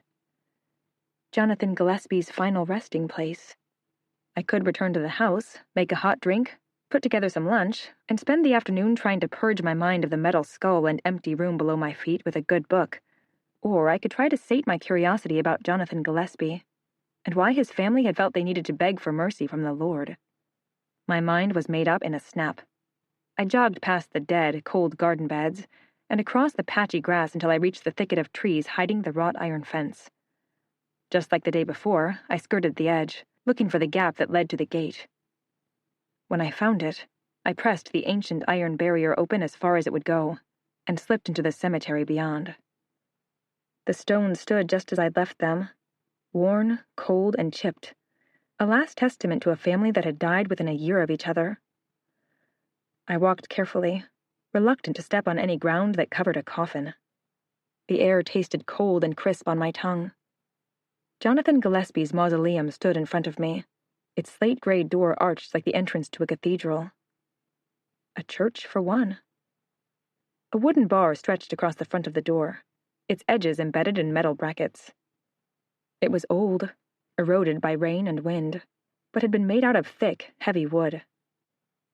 I didn't want to damage any of Mrs. Gillespie's house, no matter how little she nurtured it, so I took as much care as I could when I set to wiggling the bar out of its brackets. The decayed edges stuck in their holders, so it was harder than I'd expected. I ended up crouching beside one end, putting my shoulder under the wood, and pushing up with all of my strength. The bar groaned. There was a splintering noise, and then it scraped upwards, finally coming loose. I repeated the motion with the other side, and was rewarded when the entire bar finally slid free. I pulled it out of its holder and carefully lowered it to the ground. It was heavier than it looked, and it hit the dirt with a hard thud. My chest was heaving from the exertion, but I was too excited to rest. I put both hands on the icy stone doors and pushed. They gave a little under my hands. Not much, a centimeter at most, then ground to a halt. I put my head down and pushed harder, straining every muscle in my arms and back, but the doors wouldn't move so much as a millimeter. It's locked. I sagged back, resting my hands on my knees as I panted. Something cold stung at the back of my neck. I reached a hand around to feel it was water. The rain had started. If it's locked, then where's the keyhole? The doors were a smooth barrier with no handle or finger holds. It's not locked from the inside, is it? More cold prickles hit my back and arms. The sky above me groaned as thunder rolled through the dense black clouds, and a faint patter in the distance, quickly growing louder, told me it had started raining in earnest on the forest. Damn. I bent to lift the wooden bar. It felt even heavier to get off the ground. I lifted one end first, bracing it on my shoulder and pushing it against the door as the stings of icy water hit me more frequently. I got the first end into place, half inside the bracket, then lifted the other end. My back ached under its weight, but I got it up, pushed it against the door above the bracket, then began to lower it into place. The doors burst forward with a horrific crack. It wasn't enough to break the seal on the inside, but I felt the cold stone hit my shoulder. I staggered, trying to regain my footing, my ears ringing from the booming sound. But the force had been enough to knock the wooden bar out of my hands. It hit me, throwing me off balance. I fell to the ground. The wood landed on top of me, its edge slamming into my skull just below my hairline. I lay on the ground, staring at the swirling sky as fat drops of water landed on my face. How strange, I thought, as shadows crept in at the edges of my vision. It didn't even hurt that much. 1. I was back inside the house, but it wasn't the house I knew. The walls were cleaner, and seemed to be a lighter shade of off-white, and the modern furniture had been replaced with stiff wooden chairs and tables. A girl knelt on the ground in front of me. She couldn't have been more than 15 or 16, but her sallow skin clung tightly to her bones. A thick black dress covered her from her neck to her ankles, and the sleeves extended to her wrists. It had no shape, no frills, bunching fabric, or ornaments. The best word I could find to describe it was stark. She was scrubbing at the floor with bright pink hands. I walked around her to see her face, and a mixture of pity and revulsion ran through me. Her eyes were sunken, heavy-lidded, and dark. Her limp black hair had been done into a plait that draped over her shoulder, nearly touching the wet wooden floor. Her jaw was a little too thick to make her pretty. Heavy footsteps reached my ears. The girl must have heard them too, because her scrubbing became faster, almost frantic, and her eyes widened in fear. A tall, lean man walked into the room. He stood above the girl for a moment, watching as she scraped the brush's bristles over the wood. Then he said, "Let me see." She drew back obediently, resting on her knees and fixing her gaze on the ground. I saw then that she hadn't been cleaning aimlessly. A dark stain was visible on the wood. "Rise," he said, and she did, letting the brush hang limply by her side. He walked forward to stand in front of her, then gripped her chin in his long fingers. He pulled her face up, forcing her to meet his gaze. "Genevieve, what did I ask you to do?" "Clean the floor, sir." Her voice was thick and barely above a whisper. "Is it clean, child?" "Not yet, sir." He leaned closer, his eyes boring into hers. "I expect it to be clean by bedtime tonight. You don't want to be punished, do you, child?" "No, sir." Her voice had a definite tremor. He released her chin, and she returned her gaze to the ground with evident relief. "Count your blessings, Genevieve. You may take a break now, as we commune." As though on cue, a tall grandfather clock at the back of the room chimed, loud and booming, almost like a church's bell. Genevieve dropped her scrub brush and hurried into the hallway. I followed her and found her standing beside a door I didn't recognize. Footsteps thundered through the house, and one by one, the rest of the family joined Genevieve. 5 thin women, 3 teenage boys, a greasy man, 4 frightened-looking children, an older, haggard man. I walked past them, examining equally pale faces and equally dead-looking eyes. The oldest teenage boy's face held a murderously angry look, and he was gripping his left hand. I glanced down and recoiled at what I saw. He was missing 3 fingers. While the first 2 stubs looked old and healed, the third stub was raw, red, and barely scabbed over. I reflexively glanced back at the stain the girl had been cleaning. Surely not. The clock finished chiming, and the gathered family stood stock still, lined up in a queue. I counted 21 of them in all. The tall man strode into the hallway, his eyes skimming over those gathered before him, apparently checking that they were all accounted for. Then he took a key out of his pocket and unlocked the door.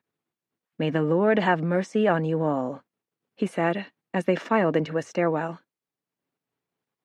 I woke with a start. Pain burned across my skull, my limbs felt ice cold, and rocks and sticks dug into my back. I tried to rise into a sitting position, but something heavy was holding me down. I opened my eyes a fraction, groaning as the pain flared, and saw the mausoleum's heavy plank was lying across my chest. My body felt sluggish and reluctant to obey my commands. Sharp little pricks were touching all over my exposed skin. I thought they might be pins and needles, but then I realized they were huge, icy raindrops. I groaned again, then put my hands against the plank and began to worm my way out. Soon I was able to pull my feet out from under it and crawl to my hands and knees. Everything hurt, so I sat for a moment, waiting for my head to stop spinning and for the aching to recede. Lightning flashed over my head, and I squinted. For a second, it illuminated the roof of the house standing over me. I climbed to my feet. I had no idea how long I'd been out, but the ground had become thoroughly soaked by the heavy rain. I stumbled 1 step at a time across the patchy grass, through the gardens that not even the rain could save, and up the 4 porch steps. The house was still and cool. Shivering, I stood in the hallway, dripping rainwater and mud while I tried to get my mind to think through what I needed to do. All I wanted was to lie down on the comfy couch, where my blanket and pillow still lay, and ease the headache with sleep. But my soaked clothes would ruin the leather, and Mrs. Gillespie would never forgive me for that. Grumbling, I continued up the stairs and down the hall, then let myself into the bathroom. My clothes were already soaked, not to mention caked with dirt and little bits of nature, so I didn't bother undressing before stepping into the hot shower. I let the flow of water wash the clothes clean, then peeled them off bit by bit and threw them into the sink to dry. I took my time showering. The hot water lessened the headache and eased the muscle pain a little, so I enjoyed it until I was too hot to stay any longer, then climbed out and wiped the steam off the mirror. A red mark started not far above my right eye and extended to my hairline. That has to be where the wood hit me. I reached up and pressed at it, hissing as a flare of pain shot through my skull. Farther down my body, another mark ran across my lower ribs, where the beam had landed after knocking me out. I didn't think anything was broken, but I guessed it would bruise fantastically. I wrapped a towel about my body, left the wet clothes in the sink, and shuffled to my room, where I changed into my night clothes and dressing gown. By the time I got downstairs again, I was functional enough to pay attention to the terrifically fierce force of nature battering the house. The storm had whipped itself into a frenzy. I stopped by one of the windows and twitched the curtain back to see the rain was being driven nearly horizontal, and the barely visible trees in the distance were thrashing like waves. The storm continued all through dinner, but by the time I had made a mug of hot tea and retrieved the book I was reading, the downpour had settled to a thick drizzle. I sat on the couch, the blanket bundled around me, while I tried to fall into the world of Margot, my novel's heroine. It wasn't easy. She was trying to solve a mystery, but I found I couldn't focus on it while I had such a bleak, infuriating mystery of my own. That dream I'd experienced when I was unconscious had felt incredibly real. So real, in fact, that I was finding it hard to convince myself it hadn't actually happened. That family, wordlessly obeying the thin man. What power did he have over them? Why did they put up with his apparent brutality? I still hadn't come up with an answer by the time I'd drained the last of my tea. I considered getting up to make another cup, but I was too tired and cozy in my temporary bed to bother, so I lay back and watched the rain create strange patterns on the window. 2. I walked down the stairs with the others, following the tall man's candle. The stairwell led into the basement, terrifically dark and coldly hostile. I heard a scratching noise under the stairs. Rats? The man continued towards the table at the back of the room. His followers? I was sure they were followers of some weird, backwards cult. Each stopped to take one of the mats from the table. They then fanned out along the walls to create a circle, placed their mats on the floor, and sat down. Unseen, I walked between them, curiously watching the mixed looks of resignation and anxiety on their faces. Once they were all seated, their leader opened the box on the table. "You're Jonathan Gillespie, aren't you?" I asked him. He neither heard me nor replied. Instead, he took the book out of the box, opened it, and began reading.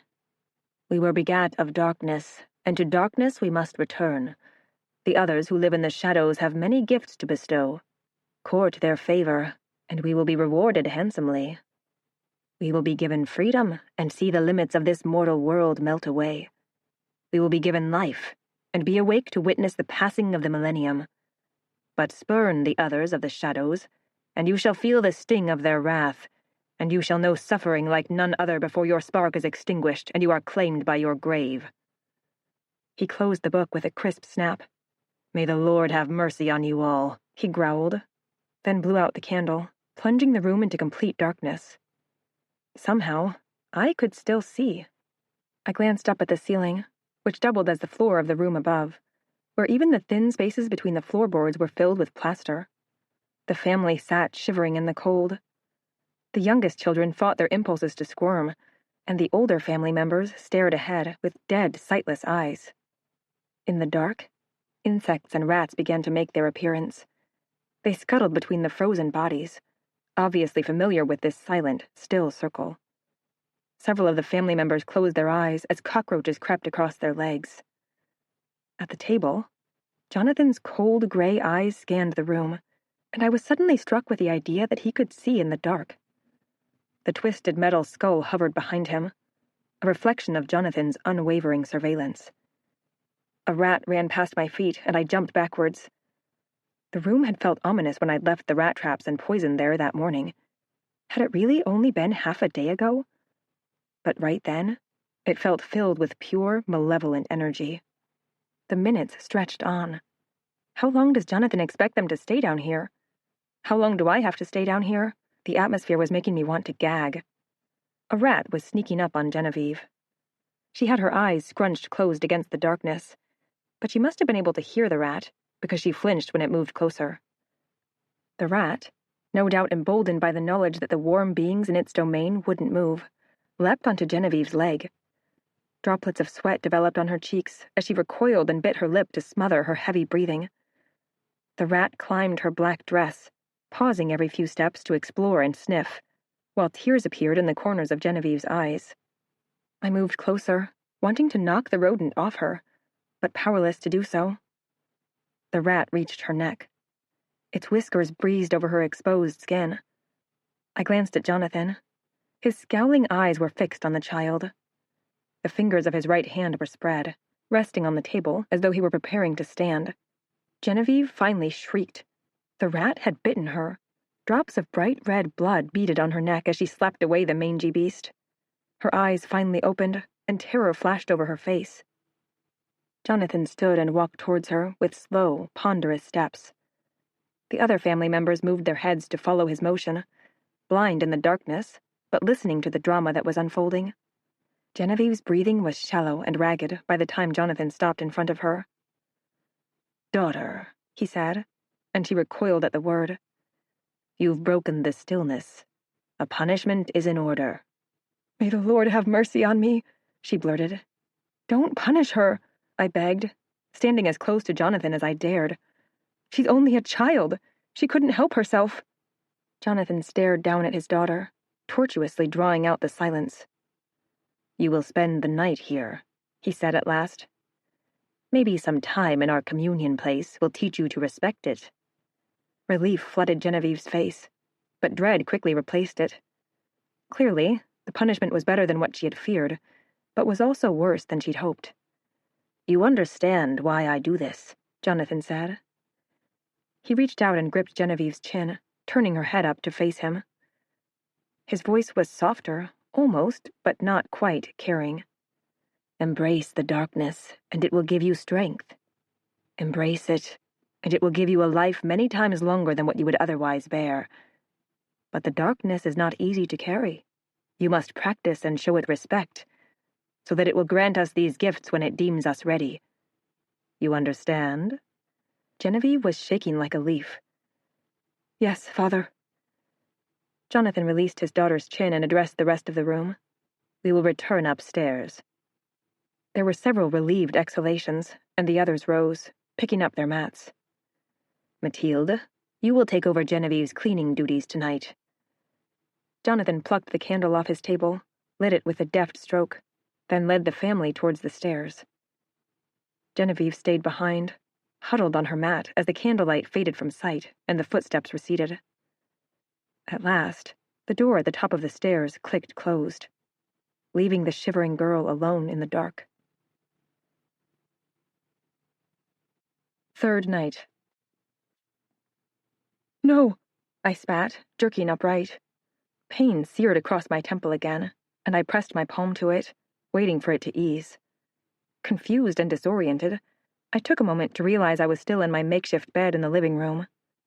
I groaned, pulled myself to my feet, and wrapped the blanket about my body. I must have been asleep for hours. Night had coated the house in darkness, and I groped for the light switch. I stumbled out of the living room, where the wooden floor was cool on my bare feet, and into the hallway. I had to let the girl out. She was trapped, frightened, and surrounded by the rats and insects, and her father planned to leave her there all night. I could help her, though. I had to help her. The door was so well concealed that I nearly ran past it. It was so different in my dreams. The wooden entry had been tall and dark then, filled with power and importance. I opened the door and looked into the black stairwell. "Genevieve?"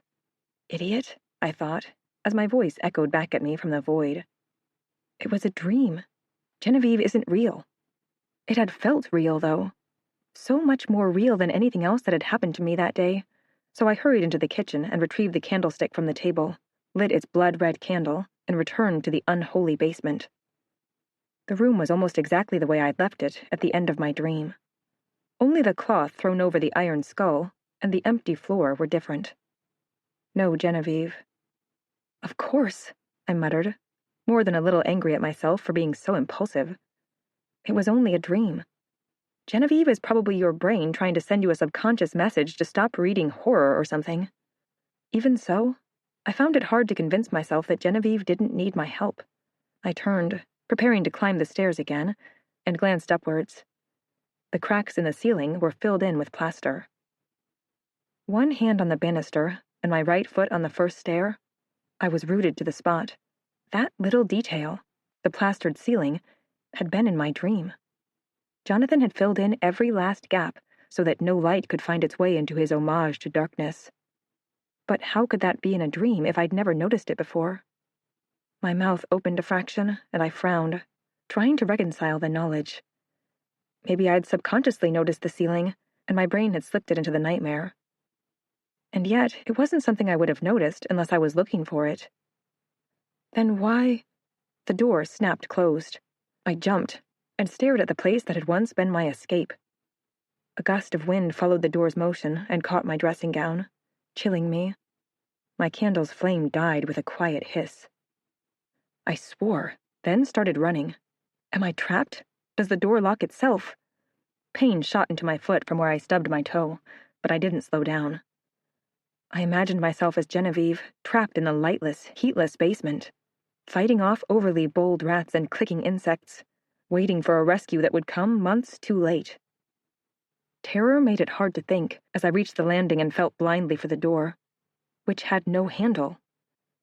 Damn, damn, damn, I panted, exhaling the word with every breath.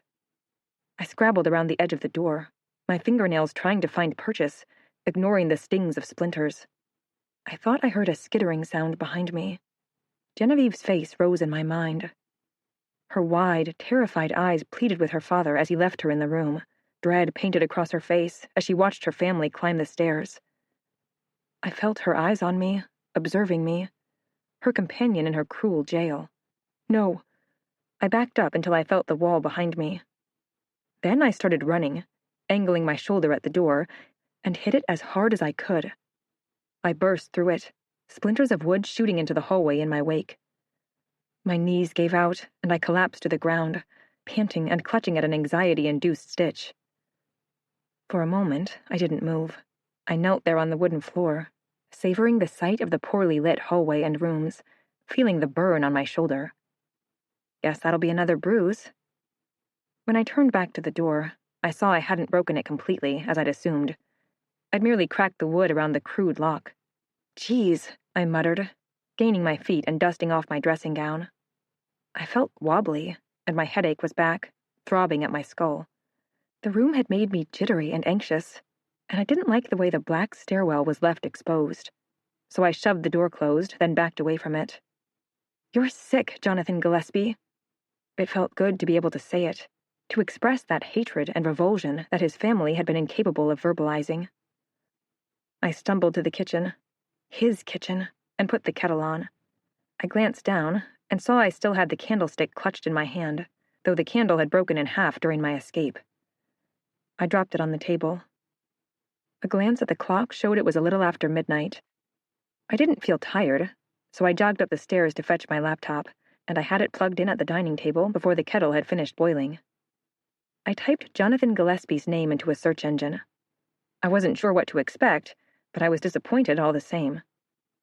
The first page of search results brought up nothing but social media profiles, an article about a Canadian lawyer, and a steamy romance novella whose hero was unfortunate enough to share Jonathan's name. I didn't hold much hope for it, but I clicked through to the second page. The first few results were more of the same, but the fourth link took me to a blog run by someone named Steve Gillespie. The blog seemed to be full of discussions on outback poetry, classic movies, and half-baked philosophical thoughts. Judging by his profile picture, Steve was well into the latter part of his life, and the blog hadn't been updated in nearly 5 years. I did a search for Jonathan, and found a post called Some Ramblings for Posterity that seemed to be talking about the same Jonathan who had once owned the house. Steve's writing style was slow and confusing, and he took frequent detours to wax lyrical about his childhood. I skimmed the massive post, trying to pick out the parts that seemed relevant, and reading between the lines when Steve wasn't clear. Steve was apparently Jonathan's grandson. While he'd never met Jonathan, his mother had told him enough stories to fill in the details. He described growing up in a beautiful house, but it wasn't until he mentioned a graveyard hidden in the woods out the back that I realized he was probably talking about the very building I was staying in. According to Steve's mother, Jonathan Gillespie had once been a cult leader in the North Coast. He'd amassed a following of nearly 100, though a reasonable number of those were his multiple wives and many children. When his followers had tried to rebel against him in 1871, they had fallen to a great calamity. What sort of calamity? I scrolled on, but Steve either didn't know or didn't think it important enough to elaborate on. Instead, he speared off into a cute side story about the pet dog he'd owned that would fetch his shoes, but only in mismatched pairs. I kept reading, and soon the story picked up again. After the calamity, Jonathan and his remaining family, 3 wives, his sister and her husband, his 2 brothers, and their many children, had packed up and left. He'd led them over the mountains, where he'd lost a number of the children to the harsh conditions, and eventually arrived at an unoccupied stretch of land a few hours' walk from a small town. There, his family spent months building a house to Jonathan's exact specifications. Steve noted that Jonathan Gillespie had been incredibly particular about how the house was built, but didn't say why. "Come on, Steve," I begged, scrolling past another anecdote about the time he'd misheard his mother and purchased a bunch of flowers instead of the bag of flour he'd been sent to the store for. "Come on, don't leave me hanging like this." Steve claimed Jonathan had ruled his family with an iron fist, which, if my dreams had been even slightly accurate, was true. Each day, they would commune for an hour. While Steve didn't elaborate on what this communing was, I guessed it was the bizarre scene I'd witnessed in the basement. There was a mention of Jonathan watching from his window, which had the best view in the house, while his family worked the gardens. Steve then finished his story by saying Jonathan had gotten his just deserves for his cruelty. He'd been the first to fall to the mysterious illness that had wiped out nearly all of the Gillespies and Tonkins. I remembered the smattering of gravestones with the name Tonkins. They probably belonged to Gillespie's sister, her husband, and their children. Obviously, at least some of the Gillespies had survived. Otherwise, Steve wouldn't have existed to tell his story, but the frustrating narrator hadn't said how many. I thought of Mr. Gillespie, obviously a great-grandchild or great-great-grandchild of Jonathan. I wondered how much he knew about his family history. I was tempted to call and ask, but I'd never spoken much with Mr. Gillespie, beyond hello and goodbye. Mrs. Gillespie had organized all the arrangements for my stay, and even if she knew anything about her husband's ancestors, I doubted she was willing to talk about it. I spent another 40 minutes looking through other search results, in case Jonathan had another descendant who was a little more coherent about his history, but I gave up when I reached page 27, which was full of gibberish results. The clock read 2:30 in the morning, but I was still too energized to sleep. I made another cup of tea and fished leftovers out of the fridge for a midnight snack while I processed what I knew. The Gillespie house had been built nearly 200 years before by a cult leader. He'd created it to serve a specific purpose, which I had yet to discover. Steve Gillespie had implied that his grandfather had somehow been involved in the deaths of his followers and a number of his family before moving, but I couldn't guess to what degree Jonathan had caused those deaths. Steve's brief mention about Jonathan watching his family through his window had given me pause. While he hadn't elaborated on where it was in the house, my thoughts were instantly drawn to the bay window of the locked room on the 2nd floor. Because it jutted out of the wall, it had the best view in the house. On the other hand, it only overlooked the gully that led to the forest, whereas the gardens were behind the property, out of view of even the bay window. Except, I thought of the raised beds behind the building. They were old and definitely dead, sure, but they were nowhere near as old as the house was. What if the garden was originally around the side of the house, where there's more sunlight? That would put the garden right under the bay window. I pictured Jonathan standing in the gap between the curtains, his cold gray eyes watching his wives and children toiling in the dirt below. A pair of clippers gripped in his fist, perhaps, ready to punish anyone who showed signs of disobedience. I snapped my laptop closed and picked up my cup of tea, eager for the comfort of the warm drink. The rain was still coming down, tapping along the windows and thundering over the roof. Sometime between falling asleep on the couch and forcing my way out of the basement, I'd come to cautiously accept my dreams as more than complete fiction. They had a sense of realness and coherency that my regular dreams never even got close to, and they were showing me things that were being confirmed by reality. What scared me most was that I didn't know where the dreams were coming from. Is it the house? I'd thought on more than one occasion that it had felt alive. Or is it something residing in the house? And why me? Did I have some latent psychic ability I'd never known about? Were there ghosts within those walls trying to communicate with me? I'd never really given much thought to spirits or the afterlife, but after what I'd been through over the last 3 days, I was finding it hard not to believe in them. I thought about Genevieve, with her thick jaw and sallow skin, and remembered the terror that had flashed over her face when she'd been locked in the basement. He did let her out, didn't he? Thunder crashed. I pulled the blanket around myself more tightly and drained the last of my tea. Something was wrong in the house, and I had the feeling it all stemmed from the locked room on the second floor. I stood up to put my cup in the sink and nearly dropped it as a door slammed above my head. Damn it! I snapped reflexively, pressing my free hand to my heart. No wonder Mrs. Gillespie needed marriage counseling if her husband refused to fix that abominable door. I put down my cup and adjusted the blanket around my shoulders.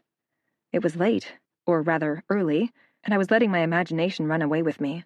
I probably just needed a few hours of sleep, and maybe a couple of painkillers for my aching ribs and throbbing head, and I would be fine. The floorboards above my head groaned.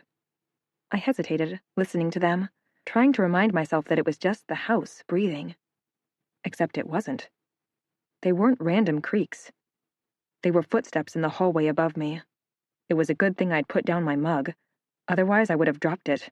Panic flared through me while my brain tried to reason against it. There can't be anyone there. You would have heard them come in. The footsteps kept moving, starting to the left and traveling directly over my head. There's no one there. The house breathes, that's all. They'd changed direction and were heading down the hallway, towards the back of the house.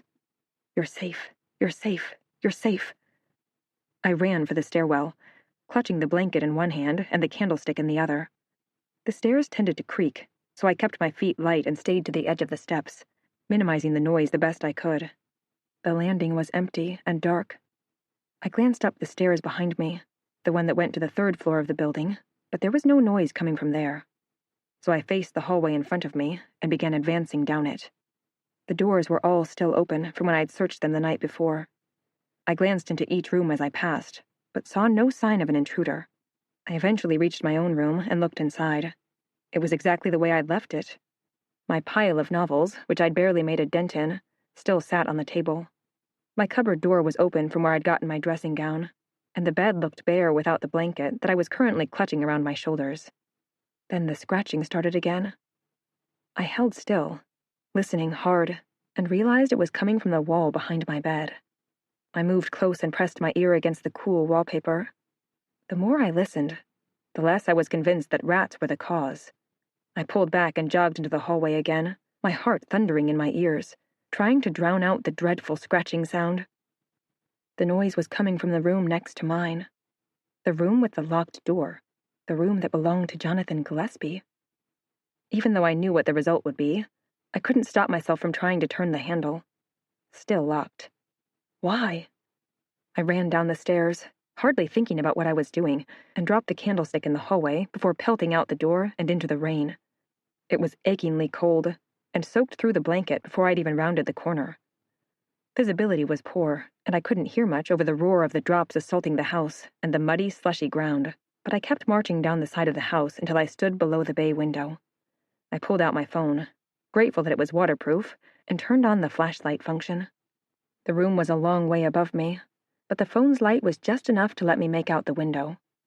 The curtains fluttered in the breeze for a second before falling still. Dread pooled in my chest like molten lead as the implication hit me.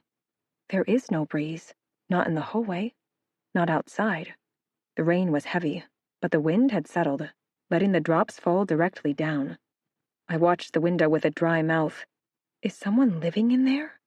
Impossible. I'd been in the house for 3 days. Even if someone had food and water in the room, they couldn't go to the bathroom without my knowing, right? The dreams. What if there was a spirit in the house, trying to show me something or teach me something? Or what if Jonathan Gillespie's ghost was still trying to rule over the home that had once been his?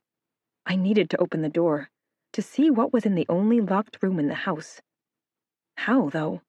I could call Mrs. Gillespie to ask where the key was, and most likely endure her scorn before being told that I shouldn't pry where I wasn't wanted. Or I could force my way in. I'd already broken the basement's door. Mrs. Gillespie wasn't likely to get that much angrier if I broke a second one. That settled it. I jogged towards the sheds at the back of the house, shoved open the spider-infested door, and shone my phone's light at the clutter on the ground and shelves. Sure enough, in the corner, among shovels, pruners, and tree saws, was a rusty crowbar. I kicked the clutter out of my way and grabbed the bar, shook it to detach it from the cobwebs, then ran back into the rain. This is crazy. I skittered through the front door, dropped my soaked blanket on the ground, and took the stairs 2 at a time.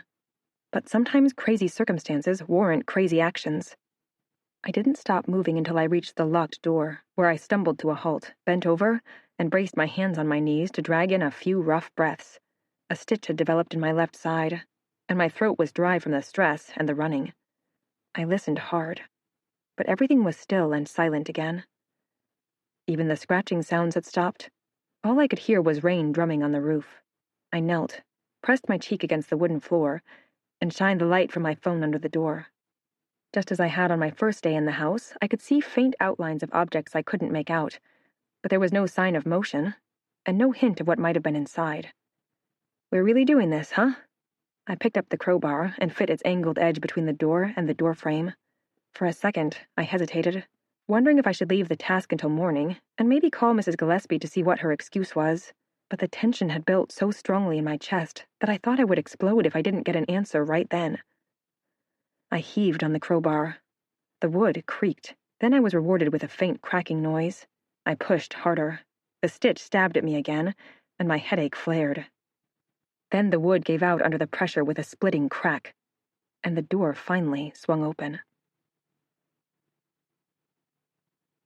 4th day. I stood in the doorway, blinking and gasping, trying to orient myself and make sense of what I was seeing. Plenty of scenarios had flashed through my mind in the days and moments before I'd opened the door, but none of them came even remotely close to reality. My optimistic side had hoped for an empty storage room, like the one to its left. Locked, maybe, because the window didn't close properly and the Gillespies were trying to stop the breeze. My pessimistic side had pictured an evil lair filled with replicas of the wrought iron symbol in the basement, or corpses stacked along the walls, while the room's occupant laughed at my foolishness for walking into his trap. What I saw was worlds away from either idea. I turned the light on as I walked through the doorway and gazed about the room. To my left was a small bed, too small for an adult, with a pink floral comforter. A child's rocking chair sat beside it, a stuffed bear posed in its cushioned seat. To the right was a wardrobe set into the wall, much like the one in my room, except this one had posters of horses taped to it. A deluxe dollhouse, so big and complex that a younger version of myself would have cried from jealousy, was propped below the bay window. I hadn't been able to see from the outside, but the window's curtains were actually pink with frilled edges. The windowsill was painted white, matching the other accents in the room that set off the pastel peach walls. A stack of boxes, all open, sat in the middle of the room. I caught glimpses of a diary, a photo book, and a collection of picture frames inside. Wow! I remembered that this was supposed to have been Jonathan Gillespie's room, and I broke into laughter. It was such a relief. So much sweeter and less menacing than what I'd feared, that I let myself fall to the ground and racked in gasping breaths between bouts of chuckling. After a few minutes, I calmed down and looked at the room with fresh eyes. I'd found out its terrible secret, which wasn't that terrible to begin with, but that didn't explain why it had been locked. I scooted over to the box holding picture frames and pulled out a few. They showed Mr. and Mrs. Gillespie, looking a little younger, posed with a girl with shoulder-length, straw-colored hair. She had a huge gap-toothed smile, and I guessed she wasn't older than 6 or 7. I pulled out more photos, and they were all variations of the same. The Gillespies with their daughter at an amusement park. Mrs. Gillespie pushing the toddler on a swing. A Christmas photo that was marked from 5 years previously.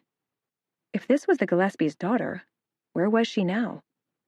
The Christmas photo looked like the most recent. The child was holding up a miniature toy horse, beaming at the camera, while Mrs. Gillespie sat on the ground just behind, wearing longer hair and holding a glass of wine. The date set it at 5 years before, but the girl couldn't have been older than 7. That would make her a young teenager now. Where is she? Boarding school? Mr. and Mrs. Gillespie seemed the sort of people who might send their daughter to one. I knew I was pushing the limits of what was appropriate, but I was too curious to stop. The second box held stacks of newspaper clippings, and I pulled out a handful.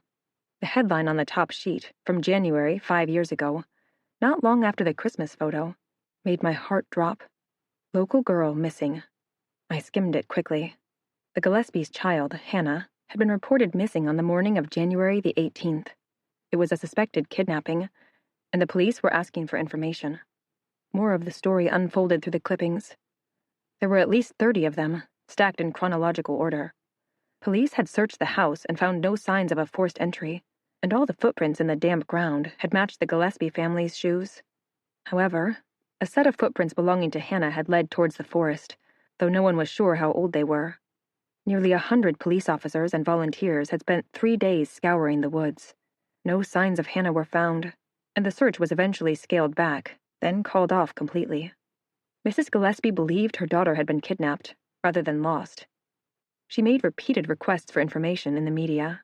2 weeks after her daughter had disappeared, she offered $500,000 to anyone with information that led to her daughter's discovery. Despite hundreds of leads, Hannah wasn't found.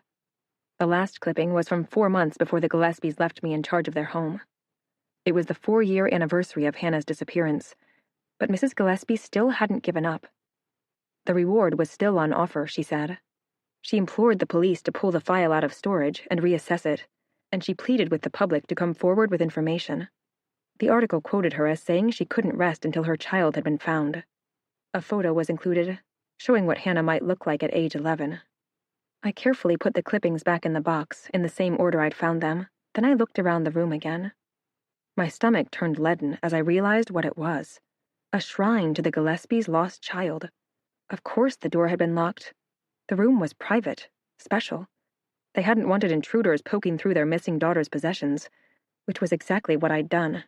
I stood up, feeling ashamed and a little sick. The room held the Gillespies' private grief, probably the reason their marriage was failing, and a virtual stranger had beaten down the door and riffled through their daughter's memorabilia. I intended to back out of the room, close the door and never open it again, but something stopped me. Did the Gillespies know the room had once belonged to Jonathan Gillespie? Surely not. They would have chosen the room for their daughter because of the beautiful bay window that overlooked the gully. They couldn't have known their child's room had once housed such an evil man. No, not a man, a monster. I looked back at the photo frames, at Hannah's infectiously free smile, and my skin crawled. She'd been a descendant of Jonathan Gillespie, a cult leader who believed there was power in darkness and death. And she lived in his room. The police seemed to think Hannah had woken up early on the morning of her disappearance, gone for a walk, and become lost in the woods. But I had a horrible, sinking idea that Jonathan had somehow been involved. That's crazy, I told myself, my eyes darting about the peach and white room. He's been dead for nearly 200 years. You've lost your marbles, Elle. And yet, I couldn't summon the willpower to leave. Instead, I knelt back in front of the second box, which held a collection of Hannah's toys. A leather-bound book was hidden just below a pack of horse stickers. I shouldn't be doing this, I said as I gently extracted the diary. This is so wrong. The police had probably already been through the room 5 times over, I reasoned, as I opened the diary to the first pages. As much as I felt as though I was violating the Gillespies' privacy, I certainly wasn't the first person to do so. The diary was filled with a child's scrawl. Hannah had been a reasonable speller, but she hadn't bothered trying to keep the words within the faint lines scored on the paper. Her sentences rolled across the surface in whichever direction they decided to go. It made reading difficult, but I got the gist of the first entry. She'd been given the diary as a present when they moved into their new house. New house? This house? She wrote about choosing the room with the big window and lining her toy horses on the sill so they could look outside while she slept. I flipped through the pages, picking up on bits of trivia while I looked for anything that could correlate with my suspicions. A few months after moving in, Mr. Gillespie had hired contractors to build garden beds out the back. Hannah had helped him plant seeds and had watered them every morning. A few entries after that, she'd stumbled on the cemetery, but her parents wouldn't let her go in. Her parents had plans to repaint the entire house and buy more comfortable furniture, but it looked as though Hannah's room was the only one that had been spruced up. Then I saw something that made me pause. Hannah had written about little voices talking to her through the walls. She thought they were fairies that were hiding from her. According to Hannah, they didn't speak English, but they would sometimes reply when she spoke to them. I turned the page, eager for more information, and found it was empty. I flipped farther, searching for more of the winding scroll, but there was nothing else in the diary. Frustrated, I turned back to the last page and checked the date. January 16th, just 2 days before she was reported missing. I felt as if a bucket of cold water had been poured over my head. Guilt for looking through the lost girl's possessions drew over me, and I reverently put the diary back in the box, then scooted backwards until I could rest my shoulders against the wall. I didn't like the idea of voices talking to the girl. Had she told her parents? Had Mrs. Gillespie replied, just as she told me, that it was only the house breathing? As I struggled with the new knowledge and fought to put the puzzle pieces together, I barely noticed as my eyelids, weighted down by mist sleep, fell closed.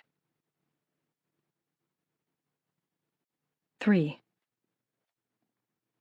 I'm going to do it. Genevieve's heavy eyes were wide as she crouched beside a bed.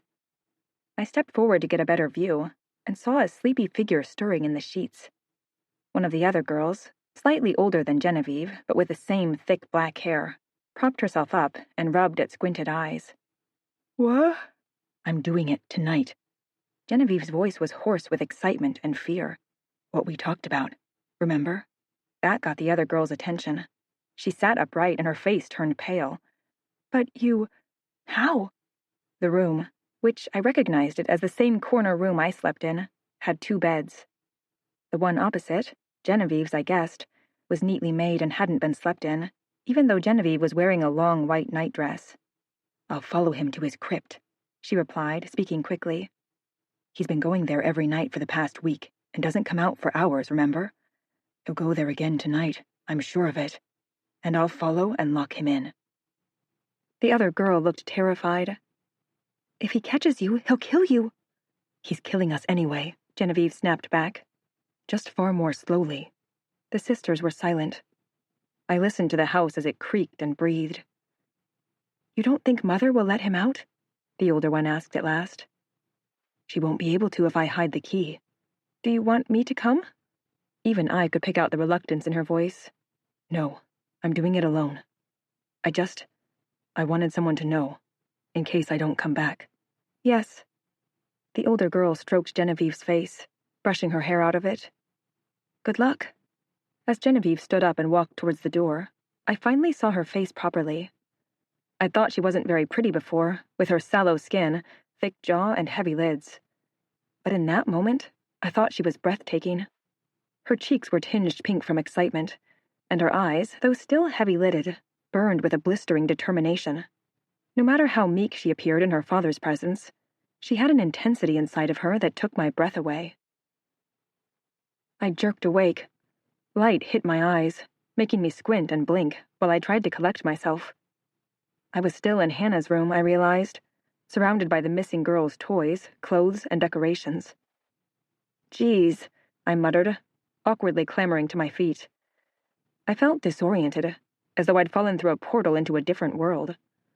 The rain was a steady drizzle, leaving trails on the window.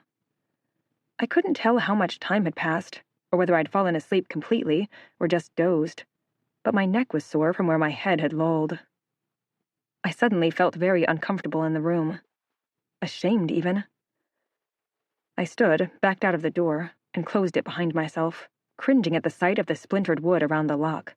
That was 2 doors I'd broken in the Gillespie house, and one of them without good reason. I felt horrible. To the right was the window at the end of the hall that overlooked the gardens. I approached it, leaned on the sill, then gazed over the lawn at the shrubby bushes that hid Jonathan Gillespie's graveyard. Was this where Genevieve had stood that night to watch her father make his way towards his mausoleum, waiting for her chance to lock him in? What was he even doing down there? I thought back to the day before, when something had shoved from the locked inside of the mausoleum, bowing the doors out and knocking the wooden plank on top of me. I couldn't even guess at what sort of force was necessary to do that to solid granite doors. Much more than was human, I suspected. I realized I'd never put the plank back in place. Was there a reason it was locked on each side? I'd assumed the wooden barricade was there to protect the mausoleum from vandals. But what if it was meant to protect the house from whatever was inside the crypt? I shivered, feeling sick. What should I do? Should I call someone? Who would possibly believe me? I took the stairs down and checked the kitchen clock. It was nearly midday. I'd been up almost all of the night, except for when I'd nodded off in Hannah's room, and felt ghastly for it. As I turned on the kettle and prepared a simple, lazy sandwich made from frozen bread, pickles, and cheese, I couldn't stop myself from thinking of Genevieve. I wasn't sure how I felt about her anymore. She'd been planning to kill her father. That should have made me hate her, but all of my hatred was already directed at Jonathan Gillespie. If anything, I admired Genevieve for what she'd done, whether she'd succeeded or not. I desperately wanted her to have won. As I ate my sandwich, I realized there was something I could do to find out the answer. Sleep. The last 3 times I'd closed my eyes, I'd seen a slice of Genevieve's story, and I had the feeling the same would happen next time I lay down for a nap, too. The couch looked very appealing at that moment. I felt wrung dry from tiredness, but at the same time, I wasn't prepared to fall back into Jonathan Gillespie's world. I was terrified of what I might see if Genevieve had failed. Instead of sleeping, I took my time washing the plate, then climbed the stairs and took a shower. The bruises looked worse, if anything, but they felt a little less tender. I dressed, then stood in the middle of the hallway, scanning the rooms, trying to think of a job that would keep me awake. Almost without deciding to, I found myself climbing the stairs to the 3rd floor. It had been dim the last time I'd been up there, thanks to the lack of electric lighting, but now, with the storm blocking out almost all natural light, it was nearly impossible to see. I moved slowly and carefully as I walked through the rooms and reverently brushed my hands over the covered furniture. This furniture hadn't existed during my dreams, I realized. The Gillespie house in Jonathan's time had been furnished Spartanly, with neat but uncomfortable wooden chairs and basic tables. The ornate furniture and crystal glassware must have come later. The paintings at the back of the room attracted my attention. I pulled off their cloth and began flipping through them again, admiring the scenery paintings, but paying especially careful attention to the portraits. If I wasn't mistaken, and I was certain I wasn't, the subjects were descendants of the Gillespie line. I saw a few heavy-lidded eyes, pale skin, and a lot of dark hair. They looked healthy, at least, and I felt relieved for it. I pushed the paintings back into place as my mind went to the little cemetery at the back of the property. Every gravestone had been placed there in the same year. What does that mean? I clambered down the 2 flights of stairs and out the front door. It was still drizzling. I took a deep breath, jumped down the porch's steps, and jogged around the side of the house. I couldn't stop myself from glancing up at the bay window as I passed. The curtains really looked gray from the outside, but that was probably thanks to the poor lighting. At least they were still. I kept up the pace as I ran past the dilapidated shed, the dead vegetable gardens, where Hannah had probably nurtured the now-dead tomato plants, and towards the thicket of trees beyond. Mud had splashed up to my knees and my clothes were drenched by the time I pushed the high iron gate open and walked into the cemetery. The gravestones stood like sentinels guarding the mausoleum. I dragged in a deep breath and began to walk reverently through the family's final resting places. The deaths had all occurred between March 1884 and November 1884. Some of the graves housed middle-aged men and women, but many belonged to the children and teenagers. I went through the graveyard twice, reading each name aloud, before I was satisfied. Genevieve hadn't been buried there. What happened to her then? I shivered against the rain, silently praying there wasn't an unmarked grave on the property that held her mutilated body. I wanted her to have lived. The plank still lay at the foot of the mausoleum. I stepped up to it, feeling as though I should put it back in place, but I was reluctant to repeat my experience from the previous day. I walked over the plank instead, and pressed my ear to the mausoleum's doors. The wet stone was icy cold against my cheek. This is ridiculous, I thought, as I listened to the granite. What are you hoping for? But my heart gave a horrified flutter when I heard a quiet, muffled shuffling noise. Footsteps moving closer, dragging on the floor in a way that set my teeth on edge. Fear flared up in my chest, and I didn't dare move as whatever was in the tomb came closer to me, close enough to touch if the door hadn't been in place. I jerked back as something large pounded on the door. The stone shuddered under the impact, sending vibrations through where my fingers touched it. I stumbled away from it, tripping over the heavy wooden beam as the thing inside the tomb pounded on the door, demanding to be let out. I ran. My feet skidded in the mud as I hauled myself through the cemetery, no longer concerned about whether I was stepping on graves. The booming chased me through the gate and across the yard. My stitch flared up, and I couldn't drag air in fast enough to feed my stressed muscles. My throat felt raw, and I realized I'd been screaming. My legs were shaking and weak. They slipped out from under me as I tried to run up the front porch's stairs, and I caught myself on one of the stone pillars. As I hung there, gripping the granite with aching fingers and trying to see through terror-blinded eyes, the booming finally ceased. I dropped to my knees and fought to keep myself collected. There was something in the mausoleum. Something that shouldn't have been alive. And it wanted out. I thanked my lucky stars that the doors had been locked, not just barred by the wood. Then I prayed that whatever was inside the tomb had no way of unlocking them. My legs were shaking less, so I pulled myself up, staggered through the house's front door, and pressed it closed behind me. The lock was a useless, flimsy thing that a good kick could have probably broken, but I turned it anyway, and it gave me a very small amount of relief. At least if the thing in the tomb got out, it couldn't enter the house silently. I sat on the floor for a long time, counting my breaths, waiting for the stitch to subside, and wishing I could call a taxi to take me away from the house that very moment. Instead, I reached into my pocket, pulled out my phone, and dialed Mrs. Gillespie's number. The call went to voicemail. My brain felt empty as I tried to mumble an explanation. There's a problem. Call me back, please. I ended the call with a flick of my thumb, then leaned back against the door, resting my head against the cool wood and closing my eyes. Flashing lights danced against the black of my eyelids, as though I'd been staring into a fire, and I was vaguely aware that if I needed to call the police, or even an ambulance, it would be over an hour before they reached me. A lot of things could happen in an hour. Can't stay here for the rest of your life. I set to the job of collecting my aching legs under myself and staggering up the stairs. Mud was smeared halfway up my legs, and dirt clung underneath my fingernails. Another shower was in order, but between the shower earlier that afternoon and spending so long in the rain, I felt like a drowning rat as I stood under the hot stream of water. What happened out there? There was something in the crypt. That much was clear. It was strong enough to bow solid granite doors, and aware enough to sense me when I approached it.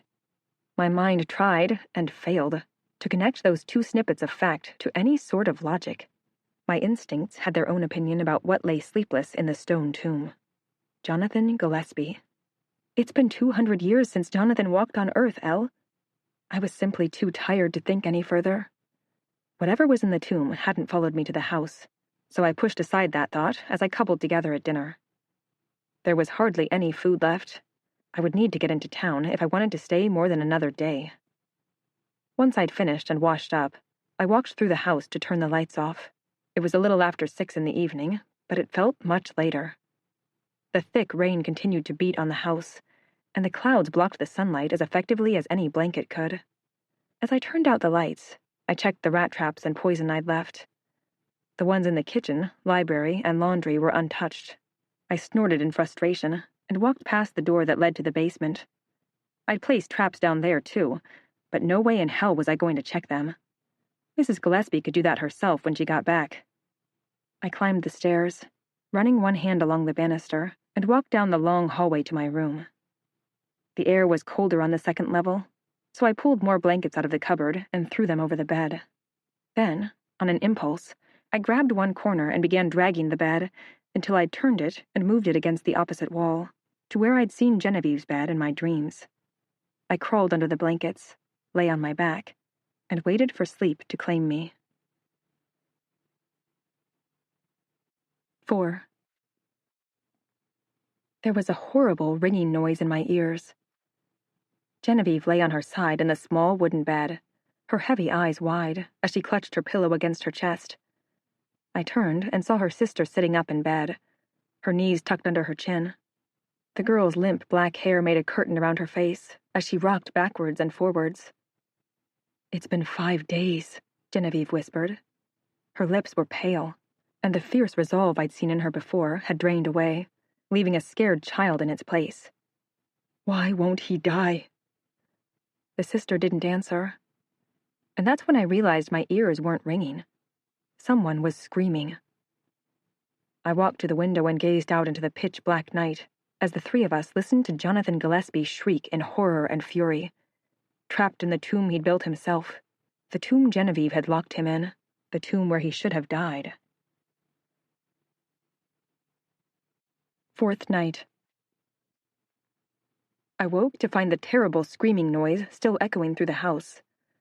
For a moment, I thought Jonathan had woken again to wail his fury at the night sky, but I stopped to draw breath and realized the sound had been coming from my own mouth.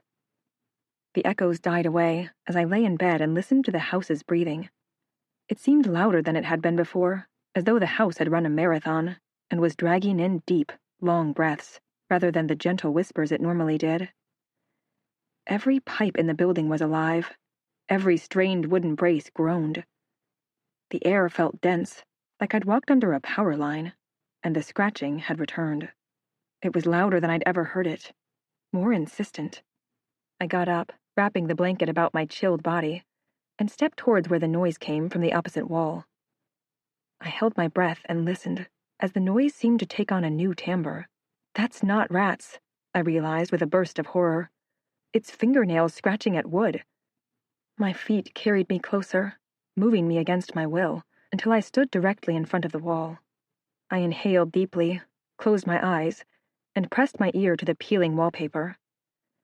The scratching noise came through my ears and permeated my body. It was frantic. In the midst of it, I thought I could hear faint gasps. It was coming from Hannah's room.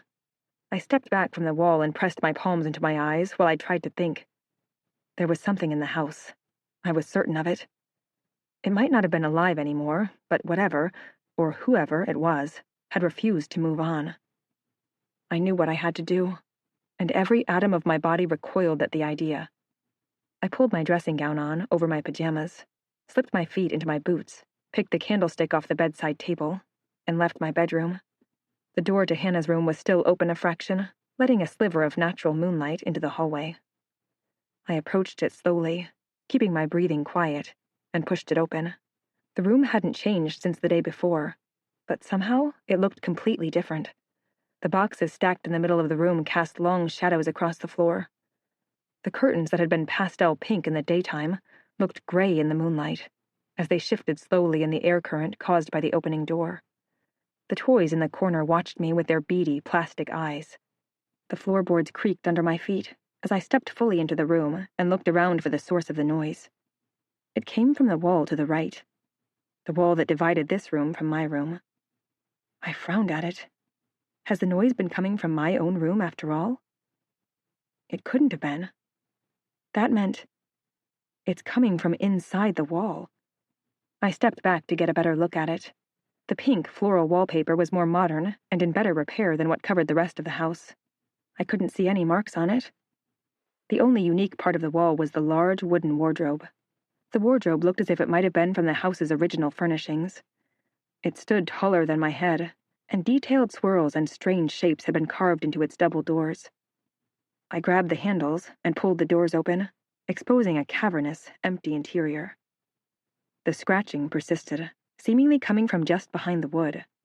I stepped into the wardrobe and pressed my ear to its back.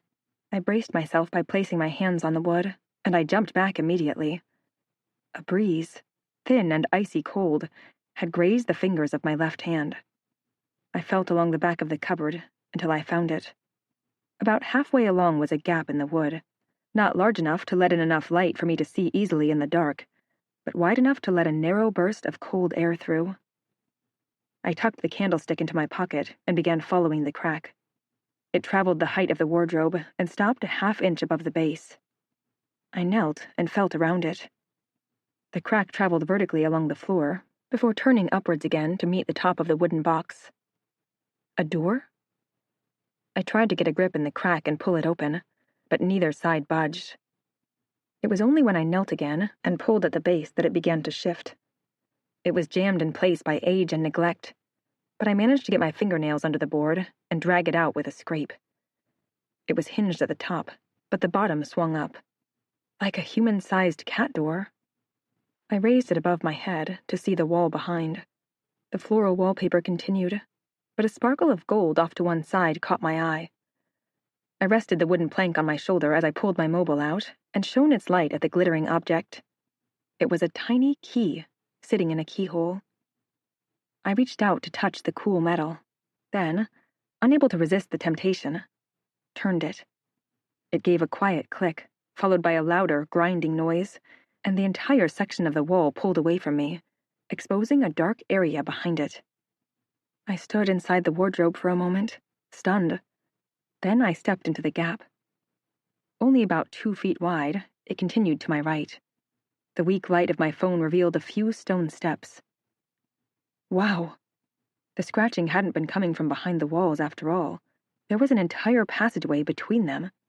It was the early hours of the morning, but that didn't stop me from pulling out my mobile and calling Mrs. Gillespie. Just like earlier, the call went to voicemail. I didn't bother leaving a message. I should wait until morning and call again, I thought. She needs to know about this.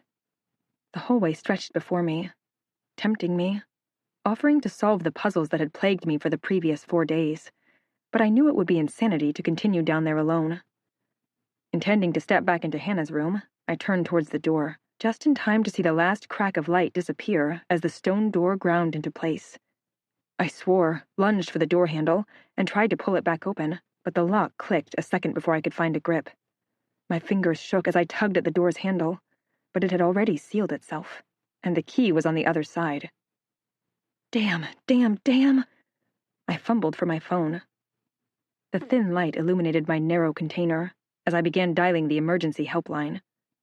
Or I would have dialed them if my phone's reception hadn't dropped off. What? But I made a call just a moment ago. I stared at the empty corner of the screen where my reception bars should have been, but it stayed stubbornly empty. It had to be the room, I realized. Being so rural, the Gillespie's house had always had poor reception, but it had never gone below 1 bar before. Something in that cramped passageway was stopping me from making calls.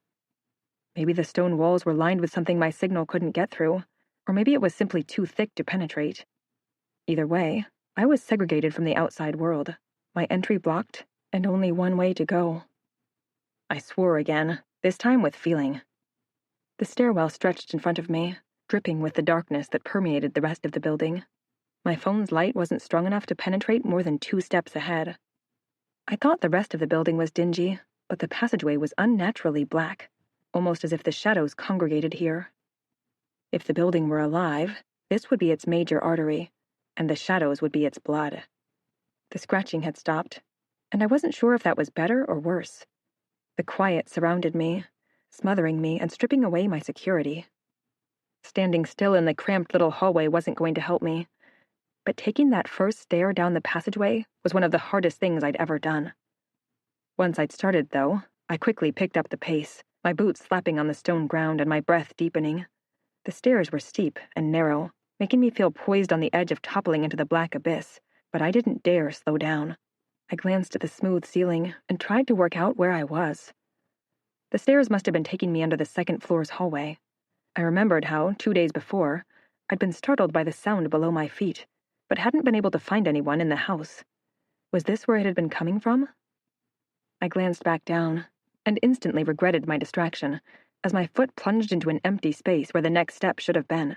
My hands shot out and grasped at the walls, which were rough and unexpectedly cold under my fingers.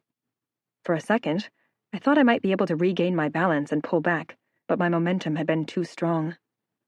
I tumbled over the edge in a mess of limbs as I tried to grab onto anything that would break my fall into the inky blackness below. 5.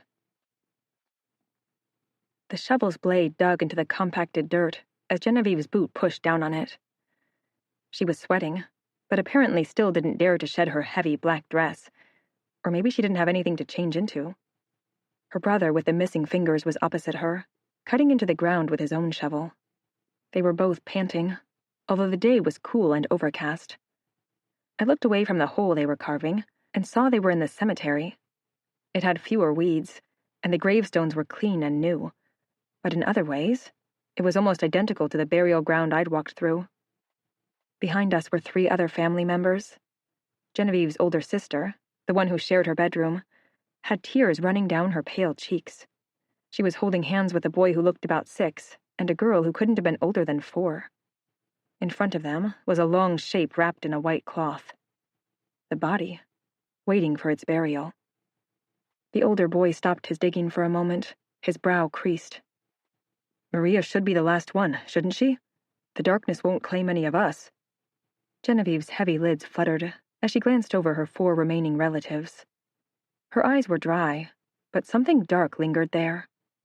Guilt, I thought, or possibly anger. I think so, she said. He needed us to believe him with our whole hearts to have any power over us. We didn't, so the sickness shouldn't be able to touch us.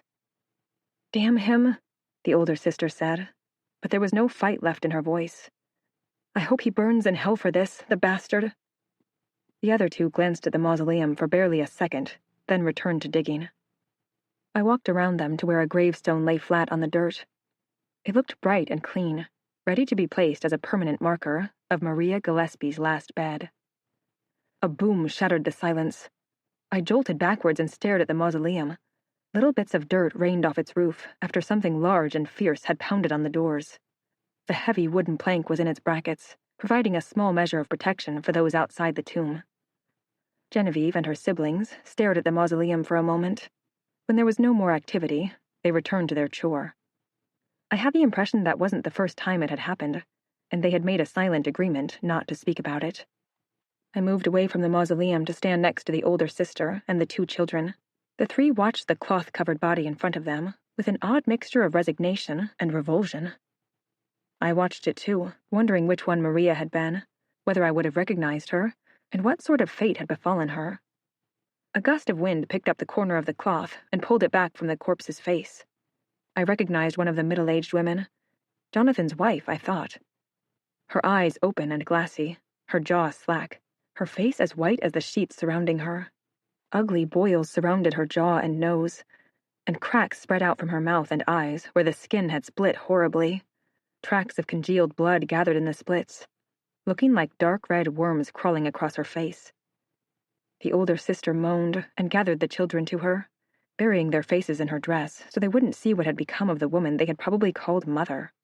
Genevieve stepped out of the grave. She glanced down at the grisly body for a moment, before kicking the cloth back into place.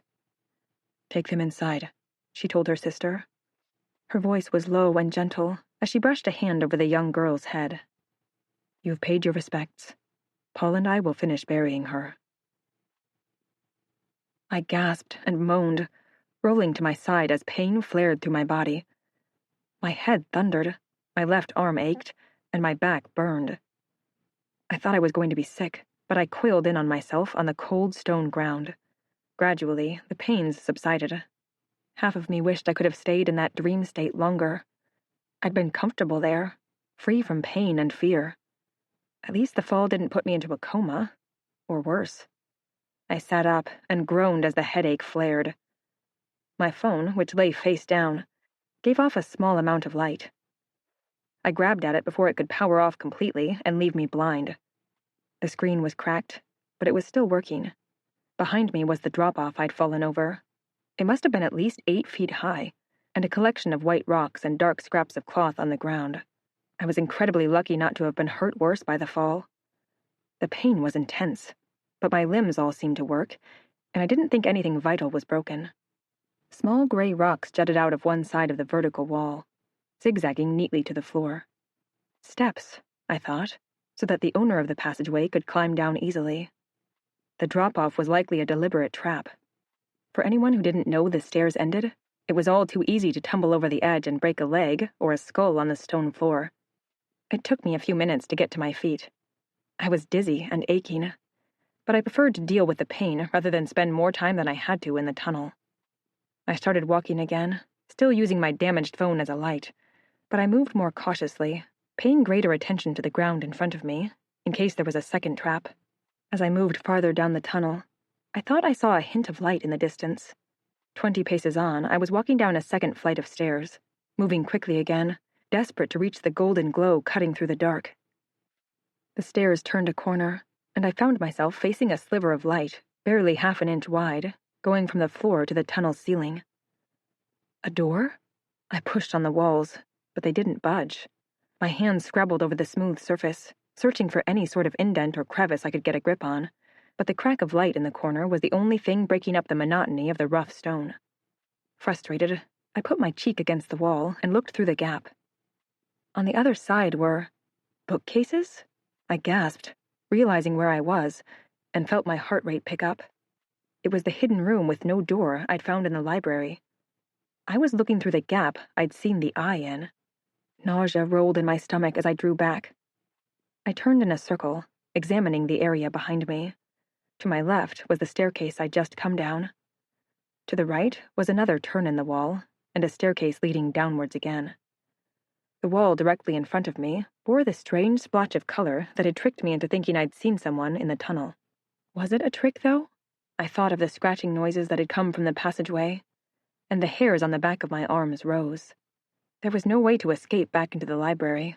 I tried everything I could think of to get inside on my second night in the building, so I had no choice but to keep moving forward, following the stairwell that led me deeper under the Gillespie's house. The air was icy cold on my bare arms. My footsteps were echoing off the stone floor and walls, tricking my ears into imagining a dozen invisible people were following my every movement. It became colder the lower I went, and by the time I thought I had to be equal with the basement, or perhaps even a little lower, my breaths were pluming in front of my face. The stairwell finally flattened into a long, straight walkway. The gray stone surrounded me, rising above my head in a curved ceiling. I held my light up to the all-consuming darkness, but I couldn't see how far it went. I wanted to stop and rest for a few moments, but the idea of staying in the one spot for too long made my skin crawl, so I kept moving, following the narrow walkway as it carried me towards goodness knew where. Jonathan Gillespie must have had this constructed at the same time as building the house. For what purpose, though?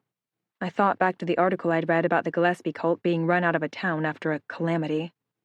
Perhaps Jonathan Gillespie had been afraid the townspeople would come after him, so he'd constructed an escape passage. That made sense. I'd been walking for so long that I guessed I had to be outside the house.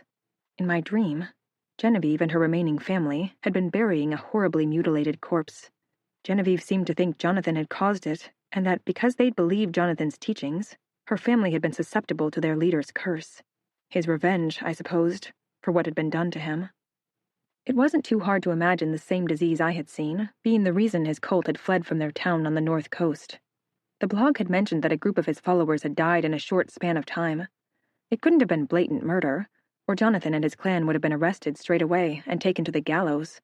But a disease that had no name or cure, and killed in such a grisly way, would have caused enough confusion and doubt for Jonathan to usher his remaining loyal followers out of town. Maria's face rose in my mind, her sheet-white skin split by dozens of dark red cracks, black blisters pockmarking her cheeks, her blank eyes staring at the sky. "Sicko?" I spat. My pathway, straight and smooth, led me forward for at least 40 meters before it ended in a flight of stairs. I jogged up them, then finally came to a short landing, where a stone door stood. This has to be it. With a small surge of relief, I reached for the doorknob. This will be the exit. It probably leads out somewhere in the woods past the vegetable gardens, or... The mausoleum, I gasped in sudden realization. The dread that followed was nearly enough to knock my feet out from under me. I'd assumed Genevieve had watched her father walk across the grassy lawn behind the building to reach the graveyard. But he hadn't. Of course he hadn't. He'd taken the hidden tunnel, his private passageway installed in his own bedroom, and she'd heard his footsteps in the floor below her as she'd lain awake in bed. I was in the same passageway she'd followed him down that night, relying on the darkness to hide her and the echoes of Jonathan's footfalls to mask her own steps, as she'd stalked him to his mausoleum and locked him inside. She'd trapped him using the very same door I was about to open. "No," I moaned. The word echoed around me, as though the walls were repeating my lament. "Please, please, no." I wanted to turn around, to leave the hideous tomb unopened, to protect myself from whatever was inside. Even dying alone and cold in the passageway seemed preferable to turning the dark, rusted doorknob in front of me. I made to take a step backwards, and a dizzying sensation rolled through me. My awareness was tugged from my body, as though my soul were being split from my flesh. My stomach dropped, and I gasped, trying not to lose my balance, trying not to lose my mind, as physical and mental were torn apart. Then I was in Genevieve's consciousness. 6. She stood in front of the very same door I was confronting, one hand holding a candle, the other on the doorknob. Her face was only vaguely familiar. Her eyes were still dark and heavy-lidded, but her black hair was streaked gray, and loosely wrinkled skin had softened her heavy-jawed face. She still wore all black, but the dress was worlds apart from the plain, ugly affair her father had clothed her in. It was made from rich satins, ruffled at the shoulders and the waist, and decorated with black lace and pearls. I gaped at her, amazed by the change. She had to be at least 80. She took a deep, slow breath, and her eyes fluttered closed as she braced herself for what was about to come. Hanging from a silk ribbon tied around her right wrist was a large shard of brilliantly blue crystal, shaped like a teardrop and sharpened at one end. Genevieve let out the breath, opened her eyes, and turned the handle to open the door. She stepped through the opening into the inky blackness beyond. Then the thick stone door slammed shut behind her. I heard her voice ring out, firm and fierce. "Hello, Father." Re-entering my body was like jumping off the top of a cliff, but instead of falling, I was sucked up towards the sky. I dropped to my knees, gasping air into my lungs and fighting the need to be sick as my consciousness reconnected with each of my limbs. My brain was one of the last parts to anchor itself, and my vision swam as I blinked in the faint light of my phone. "What was that?" I gasped at the empty hallway. "Genevieve?" Silence answered me. I let my body roll over, waiting for the unnatural feeling of being disconnected from myself to fade. Apparently, it was much easier for Genevieve to take over my mind while I was asleep. I was sure that was what had been happening. I felt as if I'd been hit by a train.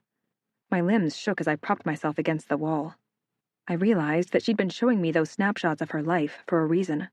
There was something she needed me to do, and I wanted to scream at just the thought of it. Genevieve was the only member of her family who did not have a plot of land in the graveyard. That was because she'd never been buried. She'd gone into Jonathan's crypt to face whatever was left of him, and she'd lost. I knew, with complete certainty, that her bones were lying just behind the door I sat next to, while her spirit wandered the passageway for eternity, seeking someone to complete the impossible, terrible task she'd committed to. She needed me to kill Jonathan Gillespie. I shook my head and pressed the palms of my hands against my eyelids, fighting tears. My fingers trembled as I spoke into the darkness. "Please, don't ask me to do this. I can't. I'm not strong enough. You have to find someone else. Please." An icy hand brushed over my cheek, wiping at the tears there. I jolted back and held up my light to see the hallway, but it was empty. Heat spread from where I'd been touched. It seeped through my face, drawing blood to my cheeks, and ran down my shoulders. As if a bucket of hot water had been poured over me, the warmth coursed through my chest and into my stomach. From there, it poured into my legs and my arms, right down to my fingers and toes, until every cell of my body felt hot and alive. Liquid confidence followed the heat, and I drew in a shuddering breath. I was capable, I realized, and I was Genevieve's last hope. She believed I could finish what she'd started. She trusted me. More than that, I felt the urgency of the task. It had been more important than Genevieve's life, and was more important than my own. Whatever happened, I had to destroy what remained of the cult leader. I had to. I already had the physical strength, and she'd lent me her mental fortitude. I could sense her smiling at me through the darkness, and I hazarded a smile back. My aches and bruises forgotten, I pushed myself to my feet and faced the door. I felt vulnerable and empty-handed, but then something invisible guided my fingers to my jeans' left pocket. I found the candlestick I'd tucked there before entering the hallway. "Thanks," I said, pulling it free and brandishing it in my left hand, resting my right on the door handle. "Ready?" Her silent approval urged me on, and I turned the cold knob. 2 centuries was a long time for a door to be neglected, but it ground open under my touch, sending a high squeal of rusty metal echoing through the passageway behind me. As the gap widened, I was washed in a wave of foul, stale air. I gripped my candlestick in my left hand and raised the light in my right as I stepped over the threshold and into the mausoleum. I could feel the darkness. The blackness of the hallway hadn't been my imagination after all. It had been seepage of the concentrated, inky shadows of the mausoleum, Jonathan's shrine to a world devoid of light. The door scraped shut behind me, and a dull thud told me it was sealed. I edged to my left, keeping my back to the wall, and my foot landed on something hard and brittle. I bent down to shine my light at the thing I'd stepped on and recoiled. I'd crushed the skeletal remains of a hand sticking out of a stained, decayed black silk dress. Genevieve. I'd been expecting it, but it still made me want to scream. I raised the candlestick and wiped the back of my hand across my eyes, where tears of fear and grief were gathering. Don't think on it, I sensed Genevieve tell me. It's not me you need to worry about. I nodded, tried to slow my breathing, and raised my light towards the rest of the room. That was when I became aware of a sound directly in front of me, like bones scraping across stone, as something heavy and large moved closer. My heart was ready to explode. I kept my lower back pressed against the wall, but leaned my torso forward, and extended my arm to shine the phone's light as far into the smothering shadows as I could. Jonathan Gillespie loomed out of the darkness, reaching a long, grasping hand towards my face. Time had decayed him unnaturally. His skin hadn't decomposed. Instead, it had toughened like leather that puckered and bulged over his bones. His eyes were milky white, but tendrils of black, as though his veins had been filled with ink, wove around the empty eyeballs as they swiveled blindly in their sockets.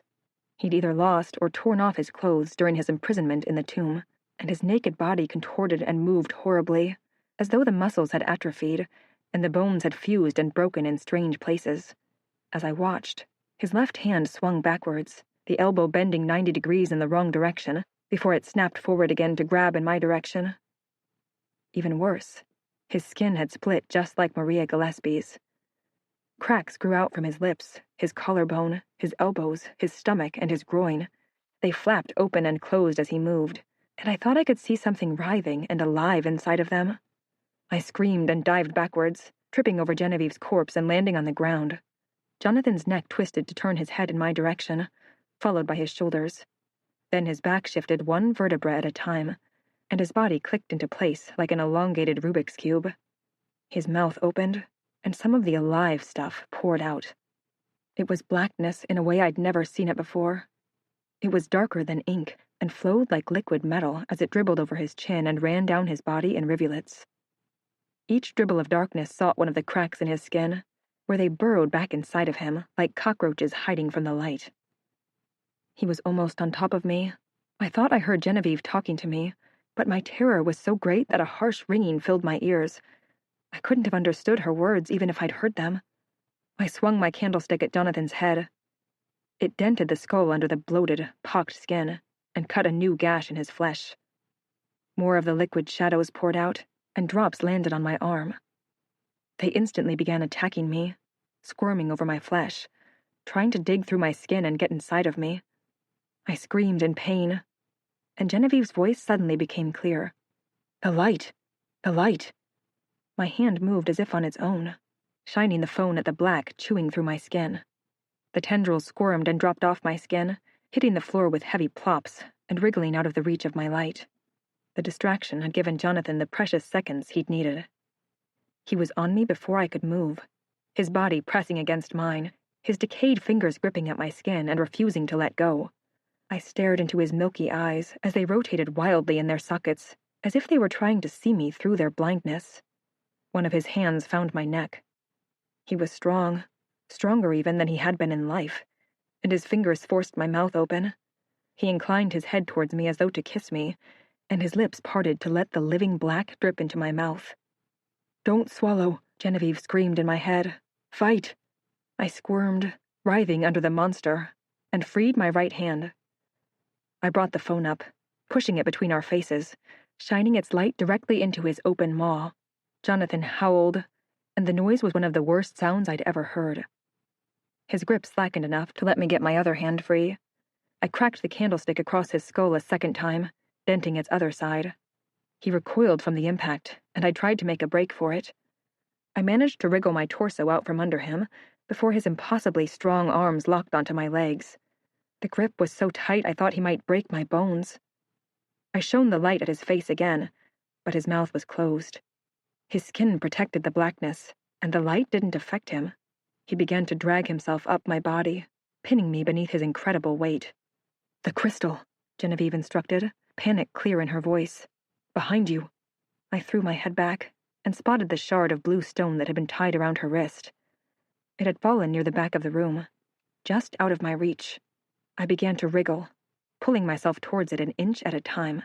Jonathan was dragging himself up my chest now, and one of his hands shot out and forced the phone from my grip. It fell and skidded out of reach, its weak light barely allowing me to see Jonathan's manic leer as his mouth opened again. I brought the candlestick across his jaw, but before I could pull my hand back to hit him again, his fingers had tightened around my wrist, immobilizing it. "No," I moaned, fighting his weight. I looked behind myself for a second, and thought I saw the crystal glowing faintly amongst the shadows. Then Jonathan's spare hand gripped my chin again. I threw my free hand backwards, grasping at empty ground as Jonathan forced open my lips. My fingers seized on a hot, hard shape, and praying it was the crystal, I drew it up and slashed at Jonathan's face. Light, just as alive as the darkness was, sparked where my weapon cut his cheek. Jonathan howled, his eyes rolling maniacally in their sockets, as every fissure in his body spewed out the blackness, as if it had been expelled under immense pressure. It writhed across his flesh like a swarm of black worms, and began burrowing back into his carcass. "Stab through his skull," Genevieve urged, and I thrust my makeshift dagger upwards, towards one of the hideous eyes. It cut through the sack, and more black liquid poured over my hand and ran down my arm as Jonathan's scream rose in pitch. I pushed harder, forcing the blade through the eye socket, into where his brain would have been if he'd still been alive. And suddenly, there was light fizzling and spitting out of the crevices around his eyes and mouth. The corpse thrashed and twitched on top of me, as a river of living blackness rushed out of him, drowning me in that tomb of darkness. 5th day. I gasped, gagged, and spat a mouthful of black gunk onto the floor. It lay there, forming a disgusting puddle, but no longer wriggled or moved. For a moment, I thought I was dead, but as Genevieve's courage wore off, the aches and pains of the last few days returned to me, telling me that I was very much alive. Jonathan's corpse lay on top of me, immobile. He was much lighter than he had been before, like a sponge after its water had been wrung out, and even though my limbs felt like putty, I was able to push him off. The corpse flopped to the ground, and I scrambled back, gasping and unable to control my shaking.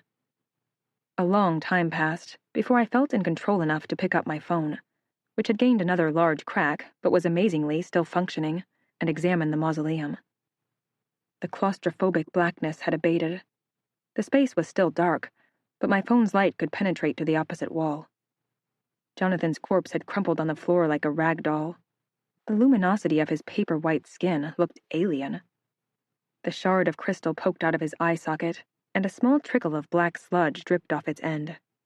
There wasn't much else to see. A raised dais stood in the center. It had probably served as Jonathan's table while he was alive, and his bed during his long years of imprisonment. At one end was a familiar shape, the Book of the Others. The rest of the slate-gray room was empty. "What now, Genevieve?"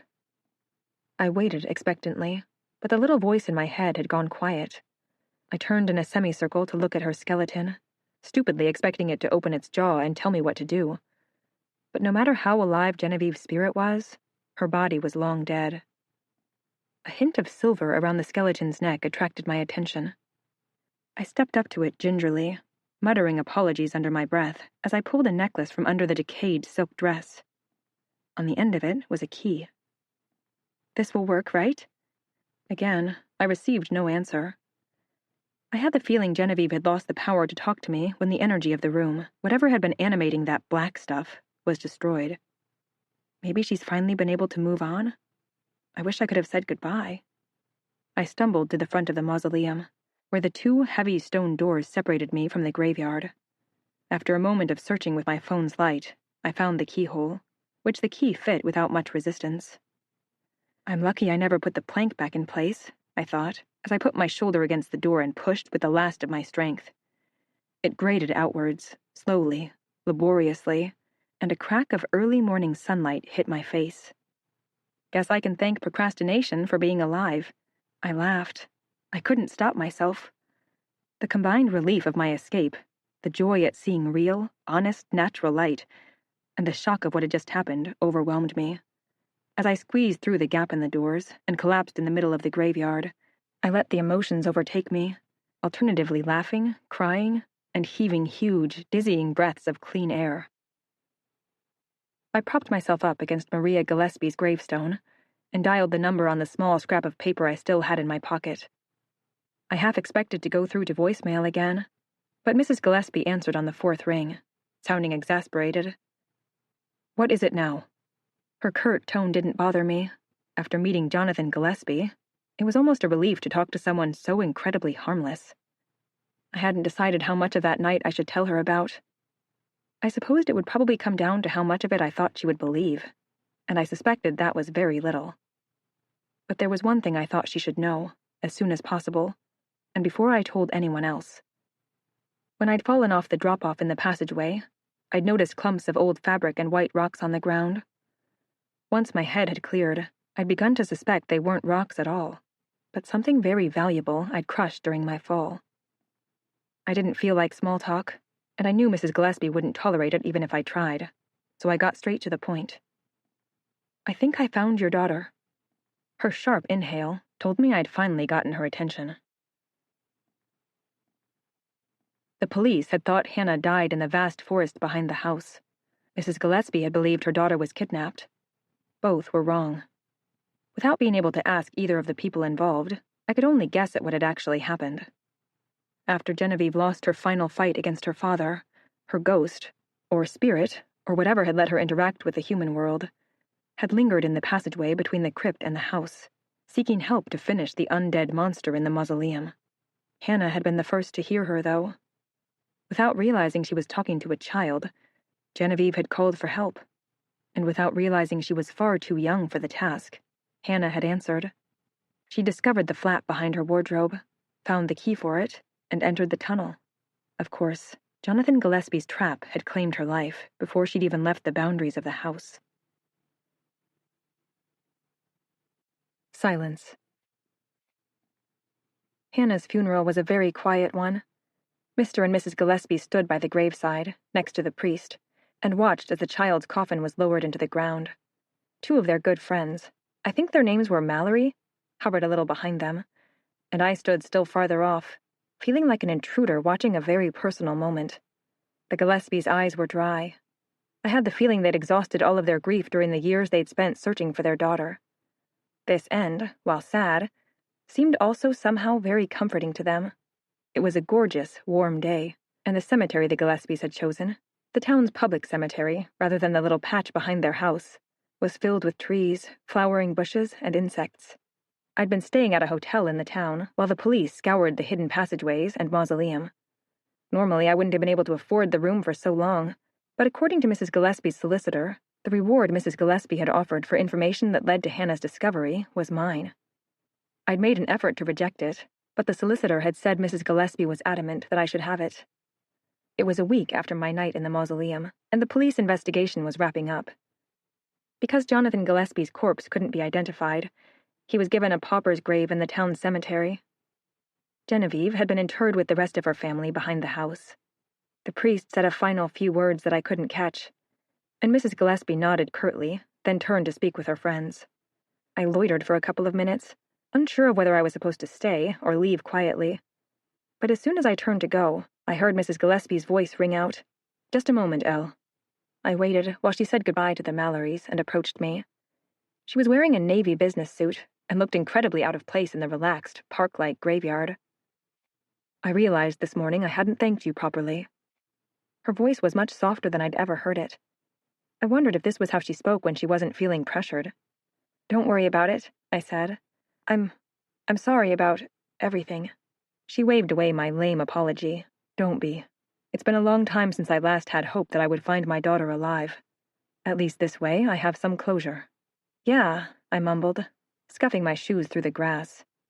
One question had been weighing on me, but I didn't know how to ask it without seeming rude. So, your retreat's been cut short. I guess you'll be moving back home now? Mrs. Gillespie laughed. It was such an unexpected sound that I startled. No, we're not moving back there. We only stayed because, well, I suppose it was always a stupid dream, but I kept imagining I might open the front door one day and find Hannah on the other side. We moved into the house because of her, and we stayed there because of her. Now that... She gestured towards the burial plot, and I nodded. Now that it's over, Mark and I will be moving back to the city. It suits us much better, and I'll be able to rejoin my old law firm. I did a double take. You're... She quirked an eyebrow at me, but a faint smile was playing about her mouth. I'm a QC. Didn't you know that? The workroom at the back of the house flashed through my mind, and I suddenly felt foolish for assuming it belonged to Mr. Gillespie. Sorry, I said, but Mrs. Gillespie laughed again. Don't worry about it. Silence lapsed over us for a moment. Mrs. Gillespie's gaze had returned to the plot where her daughter lay.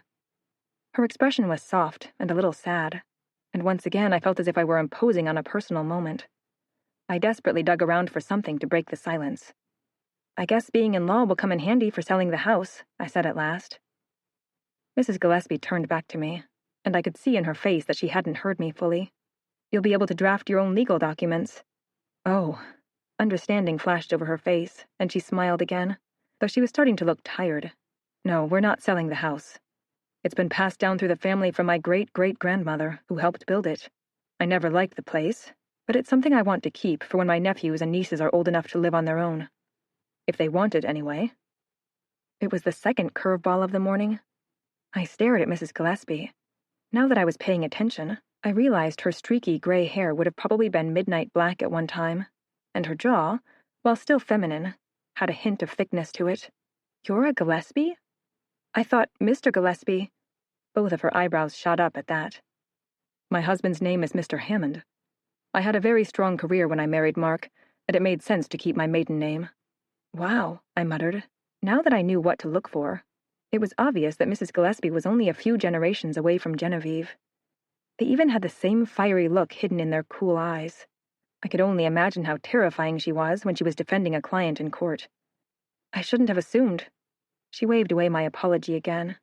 Don't mind it. So the house will be left empty? I asked. She nodded. I guess it will. I couldn't sell it, and I don't know how many people would be interested in renting such a rural property, especially with its history. Unless you want it. She'd asked as a joke, I knew, but as we stared at each other in lengthening silence, we both realized what my answer would be. She curved a smile. Do you want it? She asked, a little incredulous. I thought of the house, with the shadowy hallways, the beautiful woods just behind it, the way it seemed to go on forever, and how it breathed late at night, and nodded. Could I? Would you mind? I wouldn't own it. You can keep it in the family. I could just stay there for a while and keep an eye on it, like an extended house-sitting session. She looked surprised.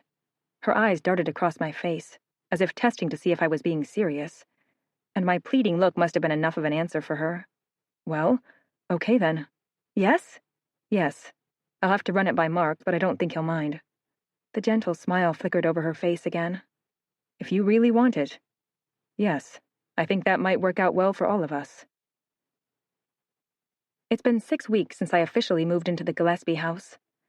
I've spent a lot of my time bringing the furniture down from storage and making the building feel like a home. The chandelier in the dining room doesn't look out of place anymore, now that the ancient, chipped mahogany table is set up below it. The library isn't full, but at least it's no longer empty.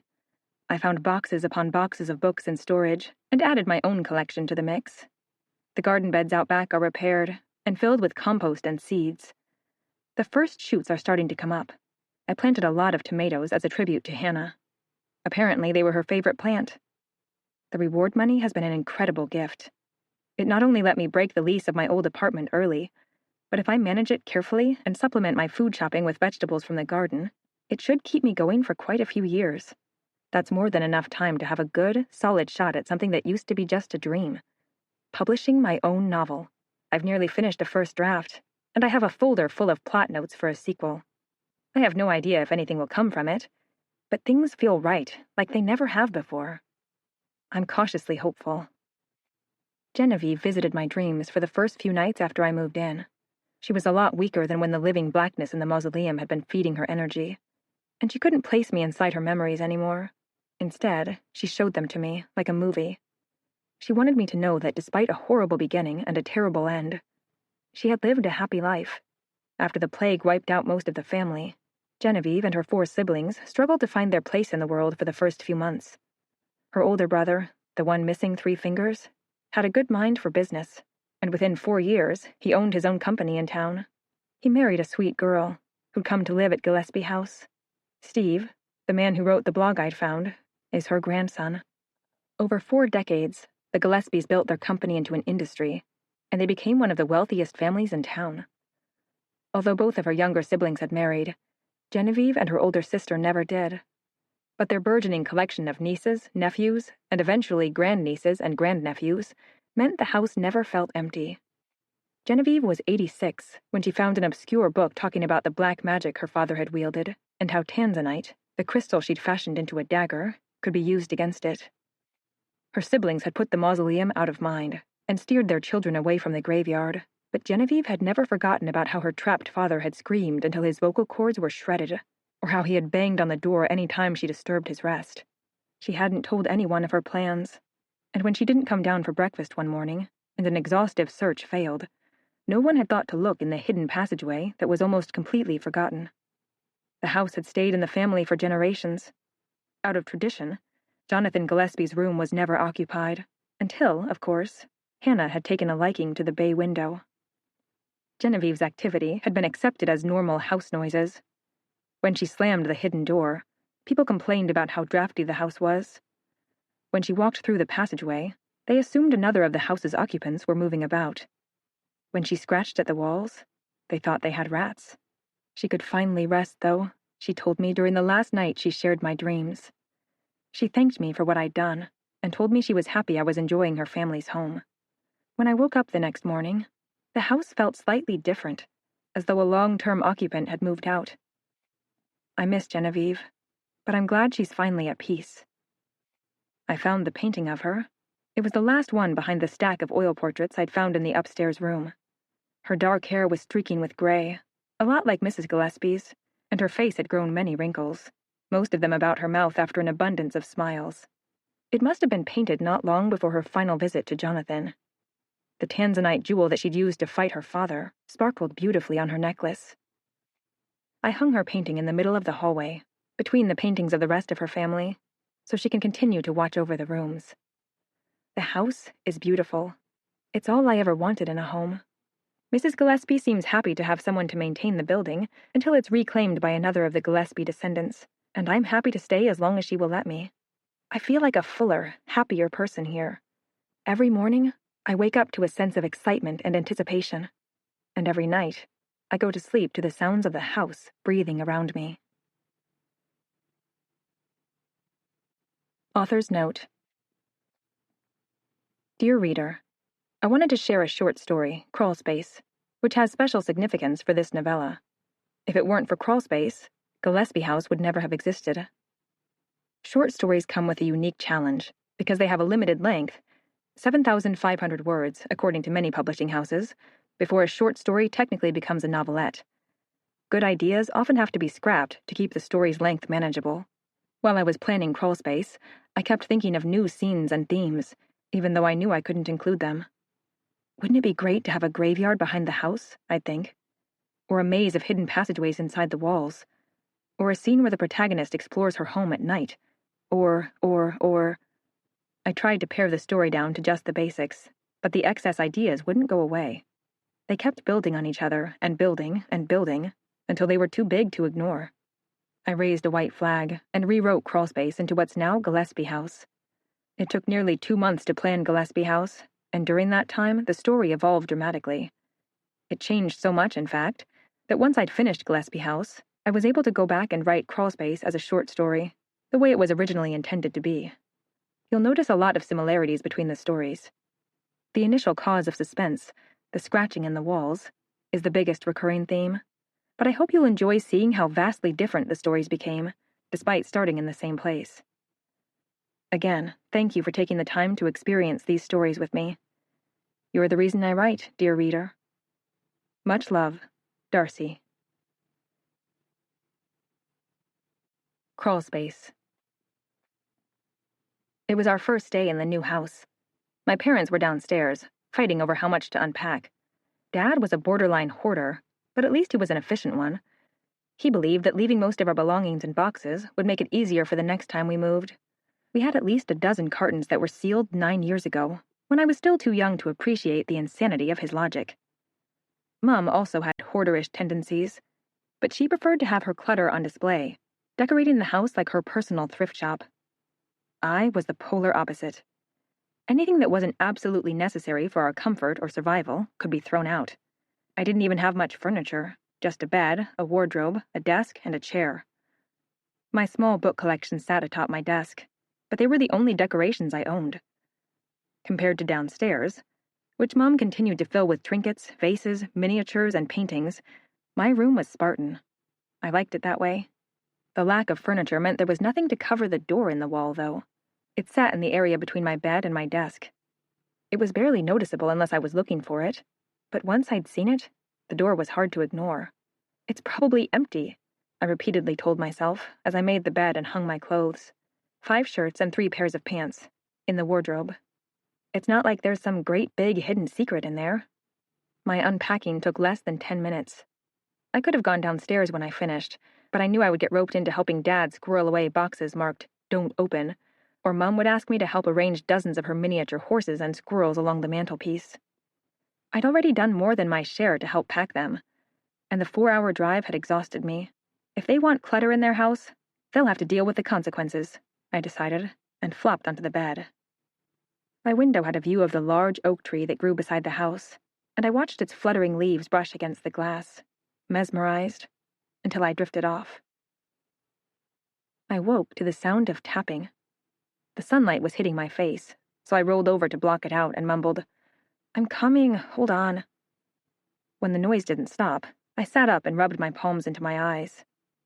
It wasn't Mum knocking at my door, as my half-asleep brain had assumed. I glanced towards the window, where the motion of the tree leaves had lulled me to sleep. The wind had died down, and the boughs were still. I mussed my hair out of my face as I looked about the room. The tapping was quiet, but like a dripping tap, impossible to ignore. "Hello?" I called. Mum answered me from downstairs. "Dinner's almost ready. Come help me find the cutlery." As the sound of her voice died away, silence rushed in to fill the space. The tapping had stopped, at least. It was probably the tree after all. "Do you want to know what I found out today?" Dad asked. Our real dinner table was crowded with half-unpacked cartons, so we sat our paper plates on a large packing box while we ate. Neither of my parents seemed to appreciate the irony.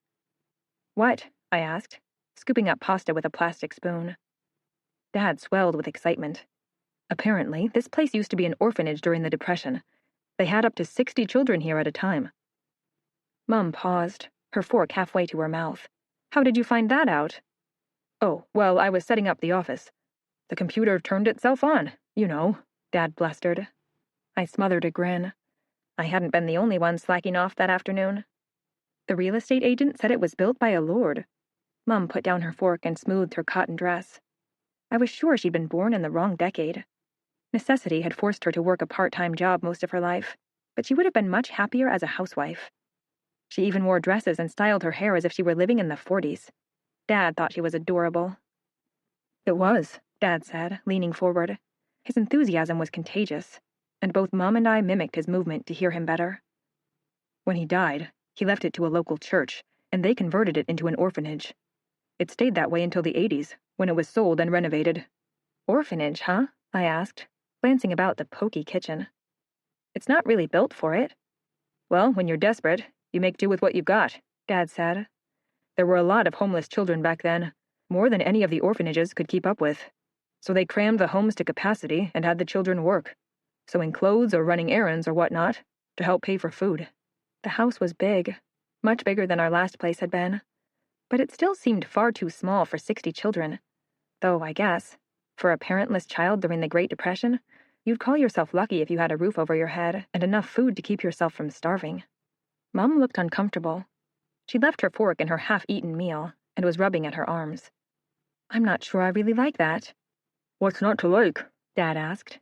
He had shoveled so much pasta into his mouth that I could hardly understand him. We get to be a part of the town's history. Mum seemed to be seeing the house in a new light. Her eyes darted over the stone walls and arched doorway, and her eyebrows had lowered into a frown. I just hate to think about all those children. They must have been so lonely. Dad's whole body shook as he laughed.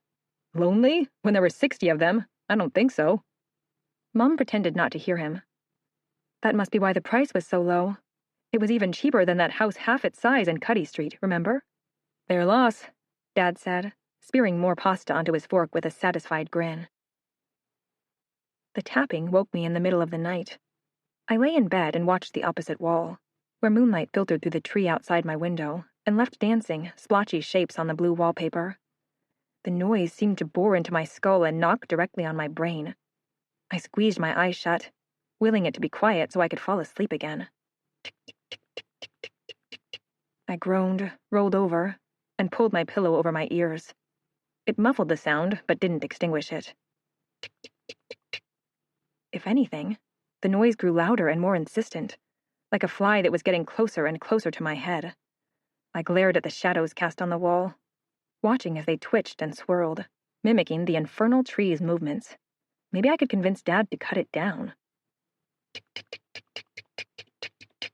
Shut up, I yelled, unable to tolerate the tapping anymore. I sat up in bed, feeling flushed, frustrated, and a little ashamed for yelling at a tree. My room was quiet. I held my breath, waiting for the noise to resume, but I heard nothing except beautiful, sweet silence. Huh, I muttered, and carefully lay back down. The shadows continued to sway over the wall opposite, but I didn't mind them as long as the noise had stopped. As I closed my eyes and let tiredness claim me, I wondered at how incredible it was that the tree had quietened at the exact moment I told it to. Mom used a hot tray of muffins to bribe me into helping her unpack the next morning, and I spent the first half of the day unwrapping, dusting off, and arranging her miniature collection.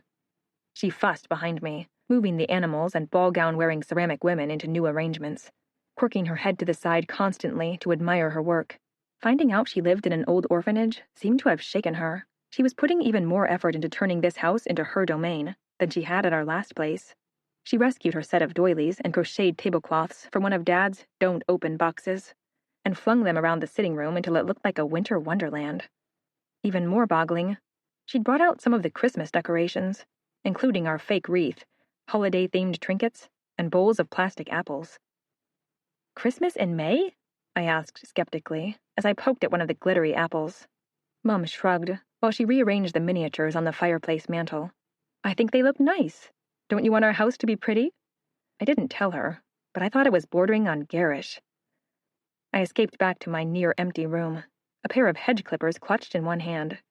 Once I'd had a chance to think about it, I'd realized there was a simple way to stop the tapping noise without having to cut down the entire tree. I opened the window, pulled out the screen, and began snipping off all the branches that touched or came near to the glass. I'm going to the shops, Mum called from downstairs. Does anyone want anything? Thanks, I'm fine, I called back down, at the same moment Dad hollered, Beer. As I leaned farther out the window to prune branches that were nearly out of my reach, I saw Mum's car reverse out of the driveway and turn towards the town. Just past that, on the other side of the road, an elderly couple was standing on the sidewalk. They watched Mum's car pass them, then both looked back at our house. They'd inclined their heads towards each other and seemed to be talking animatedly. About us? Mum would probably get to meet them later, when she went up and down the street to introduce herself. The elderly couple didn't look happy, I realized, and I paused my cutting to watch them. The woman had her arms crossed over her chest and was shaking her head, while the man scuffed his boot on the sidewalk. They exchanged another brief word, then turned and disappeared into their house. I found out what my mother's trip to the store had been for when I came down for dinner that night. At least 24 fat candles had been spaced about the house, shoved wherever there was room between the miniatures. They were scented and lit, and their conflicting odors combined into a horrifically pungent smell. What's this? Dad asked as he followed me through the doorway. His mustache bristled in disgust. Smells like a perfume salesman died in our bleeding lounge room. Mom sniffed as she dished up plates of fish. Our dinner table was clear of boxes, at least, but now 4 fat candles were clustered on a doily in its middle. They're aromatherapeutic, she said. They'll spread nice vibes through the house.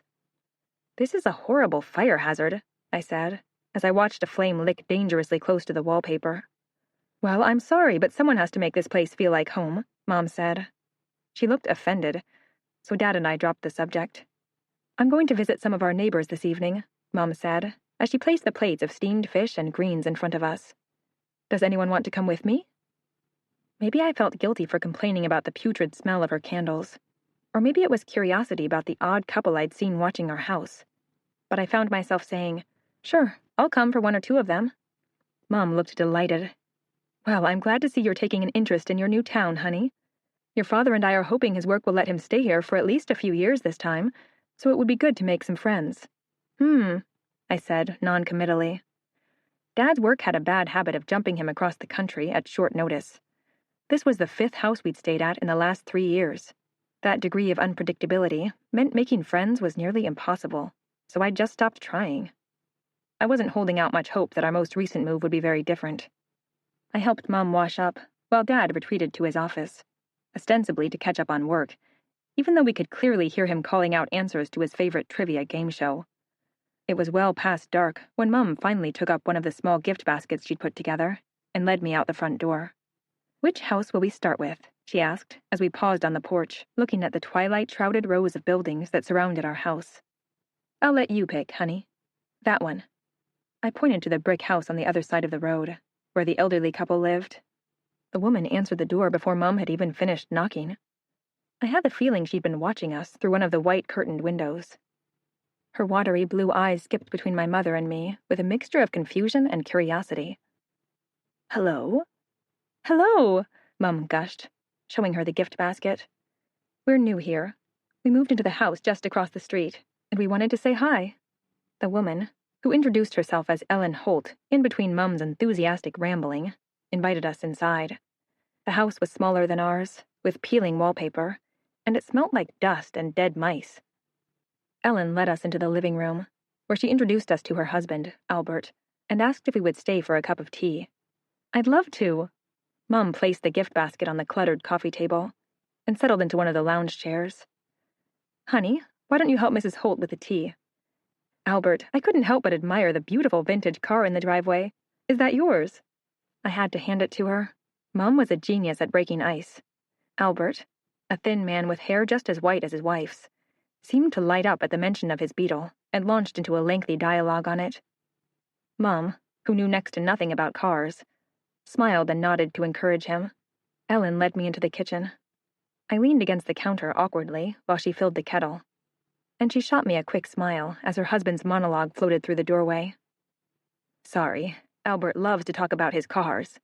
I chuckled, stared at my folded hands for a moment, then asked, So, how long have you lived here?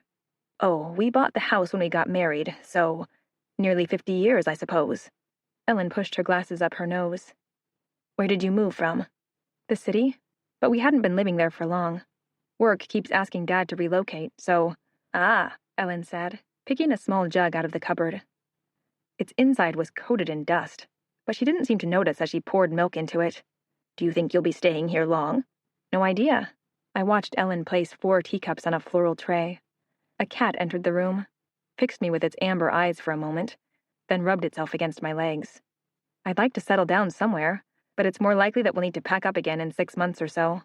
That's not so bad, Ellen said, almost too quietly for me to hear. Sorry? The older woman paused, and seemed to be on the verge of saying something more. Her cat gave a plaintive mewl as it left my legs and began rubbing its head over Ellen's shoes. I don't want to alarm you, she said at last, clearly picking her words cautiously, because there's nothing really to be alarmed about. But, yes? But you should be careful in that house. She fished a tin of cat food out from one of the cupboards and peeled its metal lid open. The cat redoubled its attentions. I glanced from Ellen to the living room, where Mum was still pretending to be enthralled in Albert's history of the restorative work he'd done on the beetle. Why? Is there something wrong with it? It's, a bit of a strange house. Ellen tipped the cat food into a bowl and bent to place it on the ground. When she straightened again, she fixed me with a searching stare. I lived here when it was still an orphanage, see? Albert and I used to give sweets and oranges to the children, sometimes, when they passed our house. I heard some strange stories about things happening there. I leaned forward. Such as? Well, a boy came up to me one morning while I was weeding the garden and said matter-of-factly, "Henry isn't in the house anymore." It sounded like he'd just realized it for himself. When I asked what he meant, he said, "I haven't seen Henry for a month. He didn't get adopted, and he didn't die. I don't think the sisters have noticed yet." The lunch bell rang, and he ran off before I could ask any more questions. The kettle finished boiling with a click, but neither of us paid it any attention. I waited for him to come and visit me again, but he never did. In fact, I didn't see him leave the house at all after that. I don't know if I should have told someone, but I was young back then and didn't want to look nosy. Albert thought the boy had probably found a nice family to take him in. The cat had finished wolfing down its meal and gave my leg a final rub before leaving for the living room. Ellen kept speaking as she held an empty teapot and stared into the distance. It was as though she'd forgotten I was there, but I was too enthralled to interrupt her. Then they converted it back into a home. Fresh paint and new doors and all of that, and the owners began renting it out.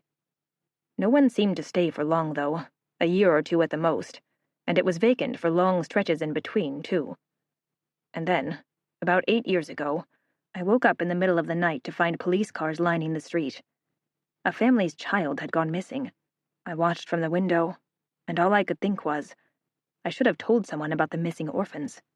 Then maybe this one wouldn't have gone too. She broke off suddenly, as though she realized she'd said too much, and turned back to me with a shaky smile. "I'm sorry, I didn't mean to yak your ear off. It's not something you should worry about anyway. Just an old biddy's imagination getting too excited." Ellen fumbled to fill the pot, pouring in hot water but forgetting about the tea bag. I followed her mutely back to the living room and let my thoughts consume me as Mum made enough small talk to cover for both of us. Henry isn't in the house anymore. When we got home, I went straight to bed and lay on my back, watching the moonlight's patterns on the wall opposite. Mom's anxiety about the house having once been an orphanage suddenly seemed much more rational. With 60 children crammed into a house during a time of hardship and suffering, it was beyond wishful thinking to imagine there hadn't been deaths. I tried to picture what it must have been like, while Ellen's story echoed in my head. I haven't seen Henry for a month.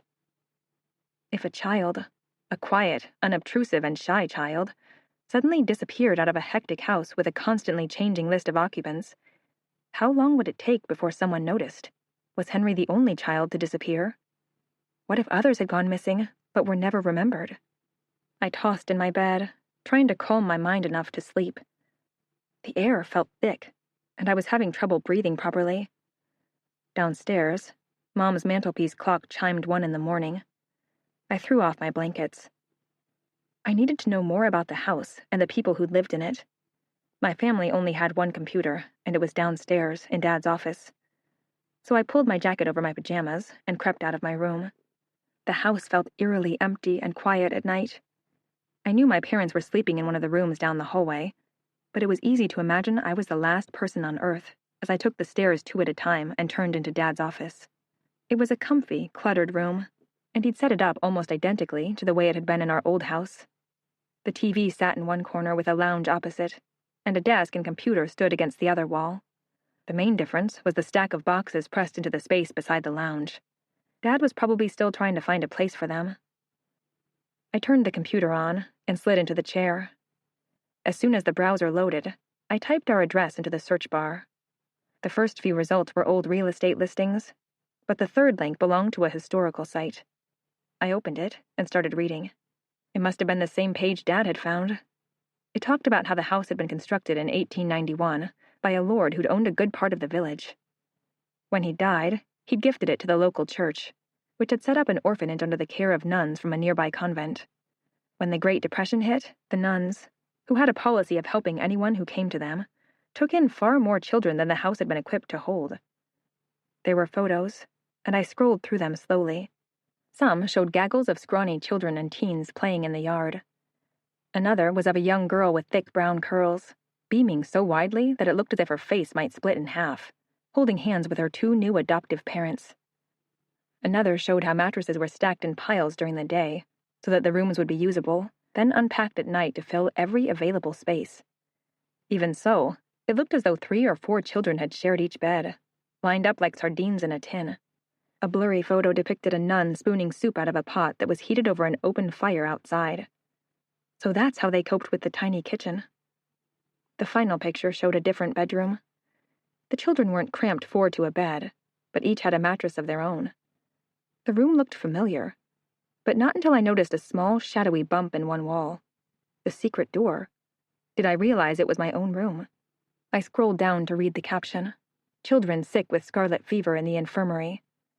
As many as 100 children died at Hallowgate during its time as an orphanage. Infirmary? I recoiled from the computer as though it had burned me. Looking at the photo again, I saw that the children in the picture were clearly sick. A nun bent over one of the beds, ladling something, water probably, into a boy's mouth. I'd seen enough. I powered down the computer, turned off the lights, and slowly climbed the stairs. It would be easy to move to a different room, I thought, as I stood in my doorway and watched the shadows play over the place where dozens of children had struggled, and failed, to stay alive. It's not like I have to stay here. I only took it because it's closest to the stairs. I wondered how angry Mum would be if I disturbed her by deconstructing my room and moving it in the middle of the night. Probably very. Come on, it's not a big deal. You've slept here before. You can change rooms tomorrow. I sighed, stepped over the threshold, and closed the door behind myself. Tick, tick, tick, tick, tick, tick. Are you kidding me? I gasped. I was sure I'd cut all of the branches that were close enough to hit my window. I stormed towards the tree's silhouette, pulled open the glass, and looked out. None of the boughs were even near touching the window. In fact, the air was still, and the tree's leaves weren't moving except for an occasional quiver. What's the noise, then? I closed my eyes and focused on pinpointing the infernal tapping. It wasn't coming from outside my room after all, but from behind me. I turned slowly, until I was facing the outline of the tiny square door hidden behind the wallpaper. I felt as if I were in a trance as I walked towards the door. The rhythmic tapping seemed to be growing louder, closer. I knelt on the carpet so that my face was even with the door, and I stretched out a hand to touch the surface. My fingertips tingled where I felt the tapping lightly vibrate the wall. Like a beating heart, I thought, as the intensity of the taps increased again. I drew my fingers back, then brought my index knuckle forward to rap on the wall 3 times. The noise stopped instantly. I held my breath, listening as hard as I could. Then I heard 3 very distinct raps mimicking mine. I scrambled away from the wall, my heart hammering as I tried to make sense of it. "Hello?" I called, but my only reply was silence. A single thought echoed in my head, drowning out logic as it consumed me. I need to get the door open. Whatever's inside there has to be let out. I bolted from my room and raced down the stairs. My footsteps thundered on the wood as I abandoned all attempts to stay quiet. I found a small paring knife in the kitchen drawer and clutched it in my fist as I raced back up to my room. By the time I knelt in front of my door again, I was panting, and a light sheen of sweat was sticking my pajamas to my skin. I put my head near the wall and called softly several times. There was still no answer, so I pressed the blade into where the wallpaper curved to cross over the edge of the door and began cutting. The paper was thicker than I'd expected, and it took me several minutes to sever the wallpaper around the entire square. When I was done, I dropped the knife and dug my fingernails into the narrow gap I'd made. I pulled until my fingers ached, but the door stayed fixed in place. Of course, there's a keyhole. It's probably locked. I took up the knife again and carefully removed the paper from the bump on the inside of the frame. Behind it was a small bronze keyhole, and I thought I knew where I could find the key that fit it. On the day my parents had signed the lease for the house, the real estate agent showed us a jar of keys. She'd said no one was really sure which door each key belonged to, or which ones were no longer needed because the locks had been changed, but she left it with us in case we ever needed one of them. As I went down the stairs for the 3rd time that night, I tried to remember where the jar was. I checked in Dad's study first, then in the laundry, and I finally found the old jam jar perched in a cupboard above the fridge. Its collection jingled when I shook it, and I unscrewed it on my way back to my room. I knelt in front of the door, tipped the 24 keys onto the floor, and spread them out. They were all very old. Some were rusted, a couple were bent, and one looked partially melted. It only took a minute to find the key I needed, though. It was smaller than the others, and the bright bronze matched the keyhole. I picked it out of the pile and held it up to the light.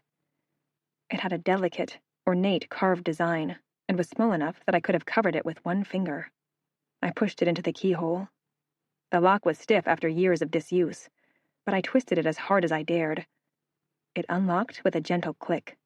The door swung open on its own when I removed the key, finally granting me access to the area beyond. My heart thundering, my palms sweaty, I bent forward to look inside. It was exactly what I'd expected after all. An empty space that went on for several meters before ending in a solid wall. I rolled back onto my heels and exhaled, uncertain if I felt more relieved or disappointed. If there was no one and nothing behind the door, then the tapping must have been coming from somewhere else. Maybe a pipe in the wall that wasn't secured properly, or something in the rooms below that echoed into the tiny compartment my door guarded. Either way, I would change my room the next morning and not have to worry about it after that. I'd half closed the door when something on the room's back wall caught my attention. It looked like white writing on the dark gray stone. I squinted at it, but couldn't make out what it said. "Geez," I muttered. I hesitated on the edge of the frame for a beat, then crouched down and started wriggling my torso through the opening. If I'm going to go to the trouble of opening the damned door, I may as well explore whatever mysteries it offers, no matter how mundane. It was a narrow crawl space. I could reach my hands out to the sides a little, but the ceiling was so low that I had to shuffle along on all fours, with my stomach only just above the ground. At least it was a short passageway. I reached the end and lowered my chest farther, so that I could raise my head and read the writing.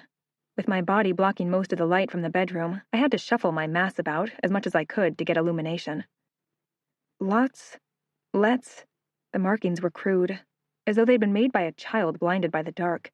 But once I figured out the main words, I was able to piece together the rest. I read it carefully, making sure I had it right. Let's play, hide, and seek. The door behind me slammed closed. I was engulfed in perfect darkness. It was the blackness of nightmares, when you feel like you're drowning hundreds of miles under the ocean's surface, and no matter how hard you kick, you can't see so much as a hint of light. I screamed and jerked, and my head hit the ceiling with a crack. Sharp pain flashed across my skull. I hunched down, pressing my forehead to the icy cold ground until the worst of the sting subsided. My ears were ringing, whether from the slamming door or when I'd hit my head, I wasn't sure, and I felt dizzy. I reached a hand towards the wall to the left, but couldn't feel it. That gives me enough room to turn around, at least. I shuffled in a little circle, trying to get myself facing the door without getting jammed in the narrow confines of the passageway, but not even my feet bumped the walls as I made my turn. I began crawling forward, occasionally touching the ceiling above my head to make sure I was leaving enough room. Then I stretched my hand forward to feel for the door. 1 minute. 2 minutes. Panic started to build in my chest as I moved farther and farther into the blackness without finding the exit. It didn't take me this long to get inside, did it? I kept reaching my hand forward, expecting to feel solid wood but grasping only air. My limbs started trembling from having to carry my body's weight at such an awkward angle. My chest was grazing the floor, and every time I moved forward, my back bumped the ceiling. It's getting lower, I realized with a stab of shock. The ceiling is getting lower. Panic hit me, and I tried to scream, but even though my throat vibrated, I couldn't hear my own voice. I turned again, trying to find the walls, trying to find anything I could latch onto, but my fingers found no purchase, and every movement seemed to reduce the vertical space I had. I rotated to face the opposite direction, desperate to find a wall. The stone felt ice cold under my burning, aching fingertips. The space had reduced so that I couldn't crawl anymore. I had to stretch my hands forward, press my palms to the floor, then use my arms and my toes to drag my body a few inches forward. I tried to call for help again. Just drawing in the air to yell pressed my chest and my back against the floor and ceiling. Tears began to leak out of my eyes as I gasped. I was suffocating, my arms aching, my head pounding, My skin chilled from where it touched the unnatural stone enclosure. I had no more wiggle room. My head was tilted, and even by exhaling as deeply as possible, I couldn't get enough space around my body to move. I was trapped in a vice that refused to let go. Tick, tick, tick, tick, tick, tick, tick. I turned my head towards the noise, and my eyes finally found something other than black. A shape was coming towards me out of the darkness. A child. And yet, the figure was not a child. Its eyes were the clearest. They had no pupil or iris, but they shone at me like huge white discs in the dark. Its face was narrow, gaunt, and unnaturally wrinkled, as though its skin had aged while the flesh and bones underneath remained those of a child. There was no color in its face. I could have been looking at a corpse. My mouth tried to scream, but my lungs had no room to draw in air. The child, the thing, dragged itself towards me. As its hand extended in my direction, I saw its nails had grown long. When the fingers hit the floor, they made the abhorrent tapping noise that had haunted my stay in the house. Tick, tick, tick, tick, tick, tick. I couldn't move. I couldn't protect myself. I couldn't escape. All I could do was watch as the thing that belonged to the darkness scuttled closer. Henry isn't in the house anymore. Then I felt them touching me. Creatures had approached me from behind, unseen and silent.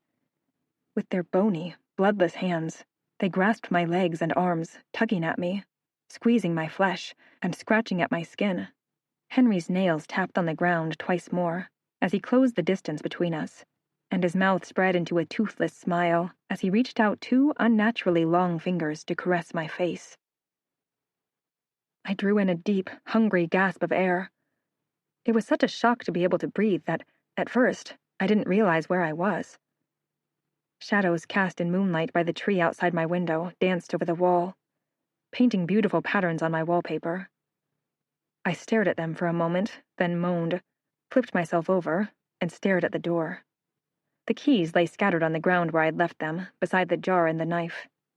The door was open a little, its wallpaper edges jagged from where I'd cut it, exposing a sliver of the nightmare black inside. The house was quiet, but I thought I could hear my father's faint snores from down the hallway. I kept my eyes fixed on the doorway. It was almost possible to believe I'd fallen asleep on the floor and dreamed up the hellish tunnel with the slowly lowering ceiling and the decades-old forgotten children. But then, as I watched, unable to look away, the door closed slowly and carefully until a faint click told me it was locked, and I heard him leave.